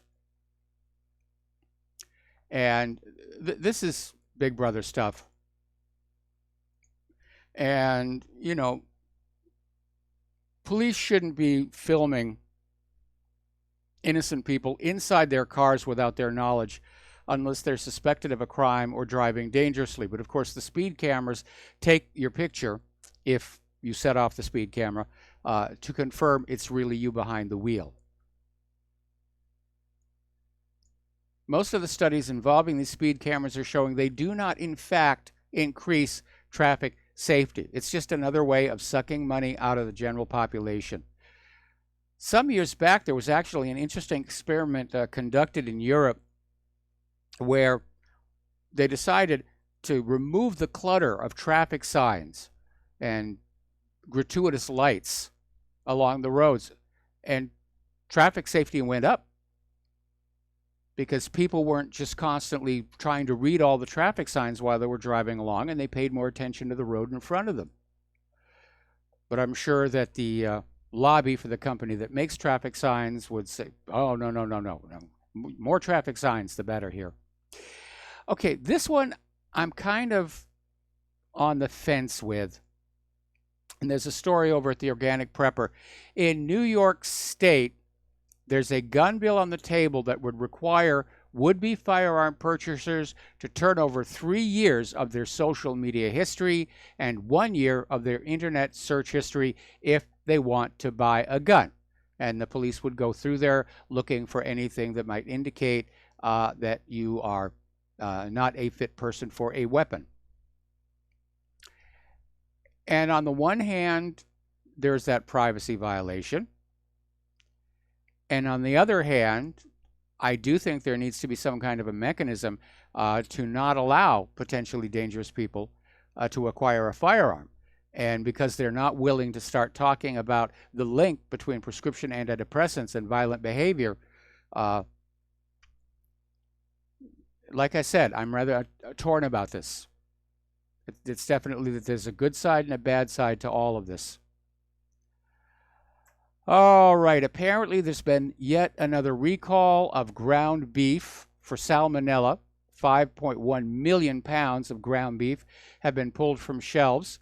It comes 2 months after the USDA issued a recall of 6.5 million pounds of beef from the same manufacturer, JBS Tolson Incorporated, which is the third largest producer in the U.S. and the top meat packager in the world.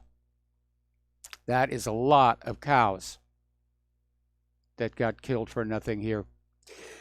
Russia is, well, they have said no to GMO. They are now the world's largest exporter of non-GMO food. And while the Western world cozies up to Monsanto and other corporations producing GMO crops, Russia is ramping up the production of its own organic GMO-free rented lips produce and is set to become the world's biggest exporter. And they will find customers. They will definitely find customers out there. I wonder if buying non-GMO food will be cited as an excuse to see you as a Russian stooge. You're refusing to eat GMO. You must be working for Vladimir Putin. Here's another example of how America's corporations are being rather reckless with their product here. There's a chemical called diethyl phthalate. It's used in perfumes and cosmetics. It's only banned by the European Union in significant concentrations this year. It's been found out this could trigger the early onset of puberty in girls. And apparently methylparaben does exactly the same thing. This is another chemical found in high street body lotions and hand creams.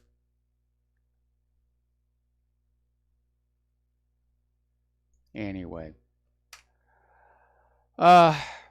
Apparently there is new research showing that statins are not the miracle medicines they've been out to be. In fact, recent research has shown statins actually pose a threat to heart health and are linked to an increase, not a decrease, of arterial calcification. And of course, the pharmaceutical industries out there say, oh no, we've got to pass more of these prescriptions, even for people who don't have any heart problems. It's a preventative. It's a preventative, just pushing this. But apparently there is this research that was done up in Switzerland saying that for most people, the dangers from the statins outweigh the possible benefits. But it makes money. And that's all that's really important. It makes money. Okay. As you know, there's this hashtag #MeToo movement, and it's been very disruptive to our society because it basically allows women to go on out and say, oh yes, I got raped. They abused me. Accusation equals guilt. Sexual assault is a serious crime that even innocence should not be used as a defense here. So psychologist Bettina Amt has claimed that the global Me Too feminist movement has granted women a license to destroy men, as we saw during the Brett Kavanaugh hearings. And the psychologist and author controversially blamed the feminist movement for throwing false accusations of rape and violence at men, and went as far as to label feminism as a destructive force in our society. And yes, it's proven to be that way, both currently and we went through it back in the 1990s, the militant feminist movement. Now, feminism started out with high ideals: equal pay for equal work, equal access to education, equal access to credit. Who could not agree with that? And then the movement got hijacked, and it went militant, and it started bashing males and screaming, all males are rapists. And even back then in the 1990s, encouraging false accusations of rape, and a lot of innocent men got sent to jail.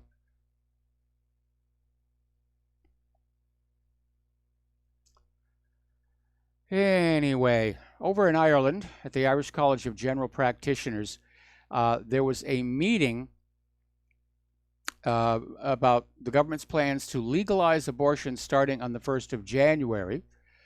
And the doctors were told they would have to comply with this law. And a lot of the doctors just walked on out. 300 doctors attended this meeting. And a lot of them just walked on out saying that, you know, they have a conscience. They don't agree with it. Now, to me, the obvious, simple solution is going to be refer the women who want an abortion to the doctors who are willing to do that and leave these other guys alone. But based on precedent we've seen in our own country, they're going to be told, you will bake that cake with the gay couple on there. I'm sorry, you will do the abortion here. It's hard to have a conscience in this day and age. It really, really is. Okay, a little bit of good news from NASA. The OSIRIS-REx spacecraft has finally arrived at asteroid Bennu more than 2 years after blasting off from Cape Canaveral Air Force Station. I'm wondering why they stopped calling it Cape Kennedy.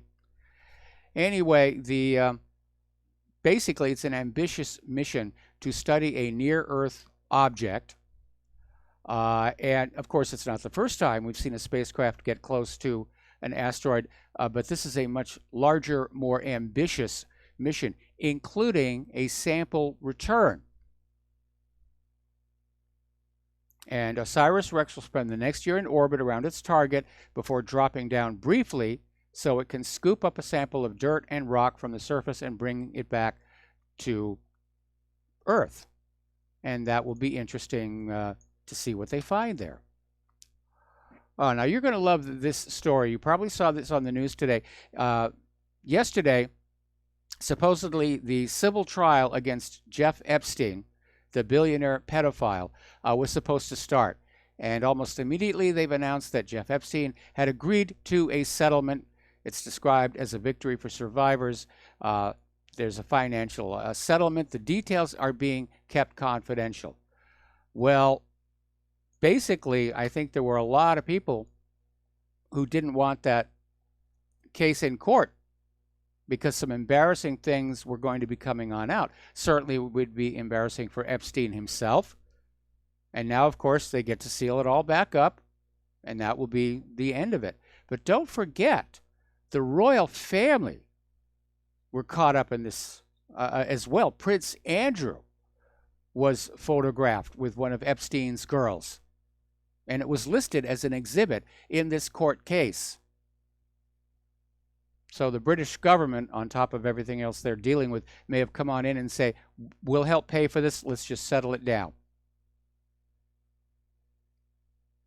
So, anyway. Now, a while back, we were talking about this scientist in China who had created genetically modified babies, which ignited a firestorm of controversy. Well, apparently, he is now missing. The Chinese government came on in and said, shut it all down. You're not going to do this. Now he has not been seen for some time. So, what's going on? Has he been arrested? There's a rumor he's arrested. Or he may be heading to someplace else where he can do this research. But the danger with this gene editing babies is that it could be used for bad purposes. What if you create human beings that are dependent on something supplied by the pharmaceutical industry merely to stay alive? Or the fact that he was out there, his stated goal was to create humans who were more resistant to HIV. But HIV is a huge moneymaker for the big pharmaceutical corporations. And we know over the last several years, there have been a lot of strange deaths of medical researchers who are working on things like cures for cancer, or the fact that cancer may be artificially induced.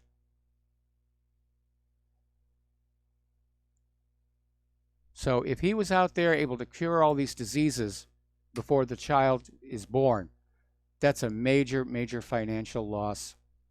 Major loss. Okay.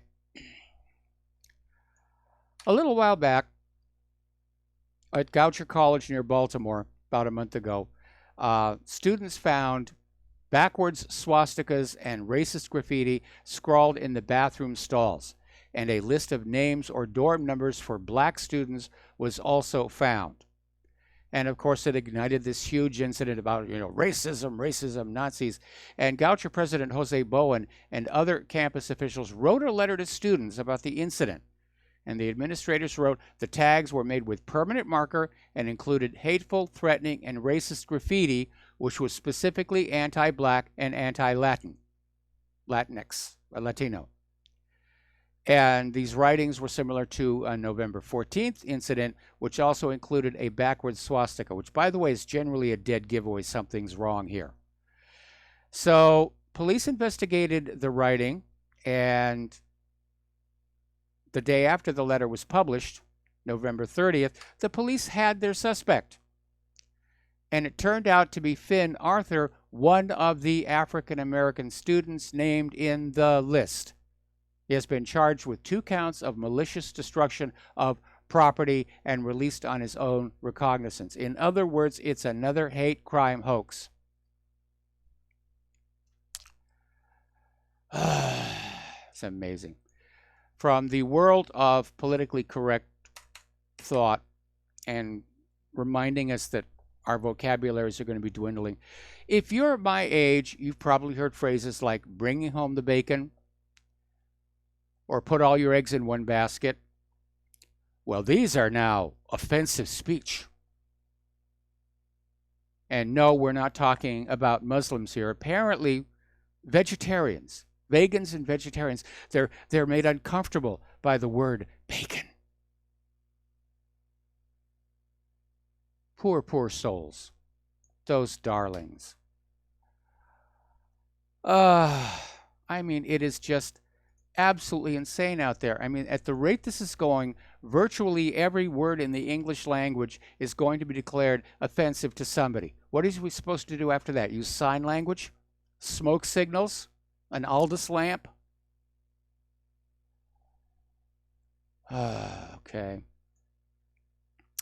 Somebody just posted this story over at whatreallyhappened.com. How the CIA used feminism to destabilize society. Well, if that was the stated intent, they sure got that one right. It did destabilize society. Aaron Russo also, shortly before his passing, came on out and said, feminism was created to destabilize society, to tax women, and set up the New World Order. And that was a big result of what happened back in 1990. Now, when I was a kid, again, you had stay-at-home mothers and working fathers, and that worked. But in the 1990s, women were being told not that they had the choice to go out and work in the world, but that they had to, that there was something wrong with them if they didn't. And, of course, this increased taxation opportunity for the government, and most families found out they were actually financially worse off because between the higher taxes they were paying and the child care costs, they actually had less left over. And I'm not surprised that so many families are going back to one working parent, one caretaker. It really does work. The problem when both parents are working, who's raising the children? TV, computer games, Common Core. We're going to take a break for commercials. We'll be back with the last segment of our program after these few words.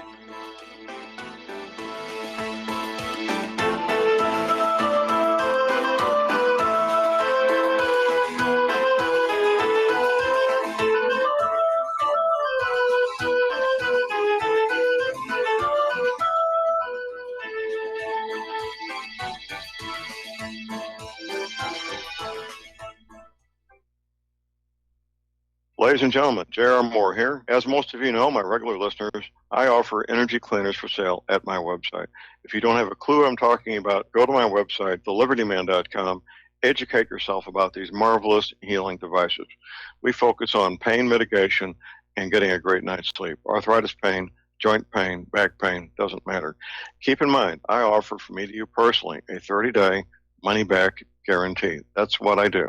Energy cleaners, $285, shipping included to American zip codes. You can educate yourself all about the energy cleaner right there at my website, the patent application, the wonderful testimonials. Be sure and check out the factory-made fitted mattress pads to go with the energy cleaner. Now, I offer from me to you personally a 30-day money-back guarantee. That's what I do. I have a toll-free order line, or you can order it right at my website at thelibertyman.com. The toll-free order line is 800-592-9543. I say again, 800-592-9543. Thank you. Without the right accessories, any guy can be off the mark. Whether you've invested thousands in your arsenal or you own a single trusted firearm, a visit to AROutfitting.com is in order. It's one of the finest online selections of tactical optics and AR parts and add-ons, like EOTech, quick target acquisition with no peripheral loss. Browse the full range of Nikon scopes and binoculars. AROutfitting.com can illuminate your world with Streamlight gun-mounted lights from keychain to large handhelds up to 1,100 lumens. Find some stability with Battenfield Tactical Bipods. AROutfitting.com has CMMG gun parts, barrels, assemblies, handguards, part kits, and more, plus mag-full clips and magazines. I know I've got you excited, so take a breath. Head to AROutfitting.com. The site's super easy to navigate and features a ton of technical info, including links to manuals. We also welcome vendor and manufacturer inquiries. Remember, if you don't see it, we can get it at AROutfitting.com. Corporate media dominates the American opinion. Finding independent voices that counter this avalanche is becoming increasingly difficult. With the endless corruption running rampant throughout our government, independent voices are needed more than ever to battle the offensive against our freedoms and liberties. As a listener of RBN, no one understands this concept better than you. Now it's up to you to do your part. The time has come for you to take action and begin broadcasting the truth to hundreds or thousands of people every month. Sound impossible? Quite the contrary. With pointed slogans from LibertyStickers.com, you can reach countless sleeping Americans unaware that they live in a real-life wonderland. LibertyStickers.com has a huge inventory of political bumper stickers and messages that reflect the truth about our government, our politicians, and the future of America. With so many in stock, there's one perfect for you. Visit us today at LibertyStickers.com. Again, that's LibertyStickers.com. Do your part. Your voice is important. Let it be heard. We will not go down in the night without a fight. You can burn up our mosques and our homes and our schools, but our spirit will never die. We will not go down in Gaza tonight. And aloha, America. Welcome back to our show. Last segment of our program today, and Christmas is under attack. I mean, it's bad enough that it's been transformed into just this glorified marketing opportunity, but now the traditions, the memories are being taken apart. They're complaining about Rudolph the Red-Nosed Reindeer. Apparently, in their crosshairs right now is this classic Christmas song, Baby It's Cold Outside. It's not specifically about Christmas, but it's traditional winter fare. And it's this couple singing together in front of a fireplace, and he's trying to get her to basically stay longer. And that's now considered offensive because it promotes date rape. One of the other commentators said, what is this unmarried couple doing together alone in the first place? I mean, that's how ridiculous it is. They're taking on the movie A Christmas Story, about how it's all about, it's all about children's pain and it's all about consumerism. Okay, fine. Be Ebenezer Scrooge and just go home and let the rest of us play.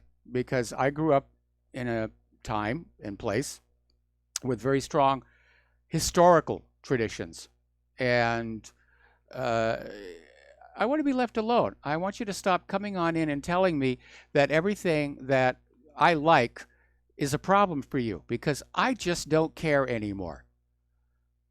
I am sick and tired of all the whining and the presumed arrogance that somehow I am subordinate to your wishes. Please don't do that. You're offending me. Yes, massa. Yes, massa. Yes, massa. It really is out of control here. Okay, apparently somebody sent in another article here about speed camera protests.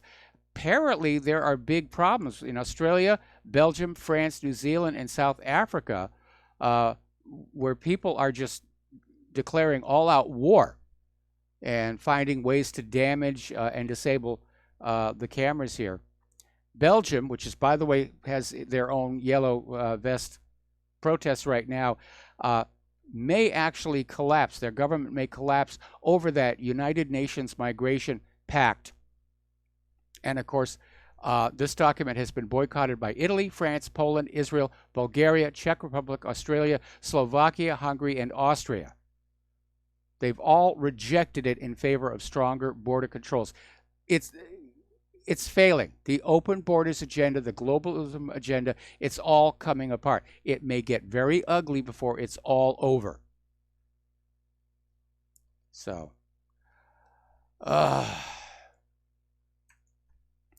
alrighty.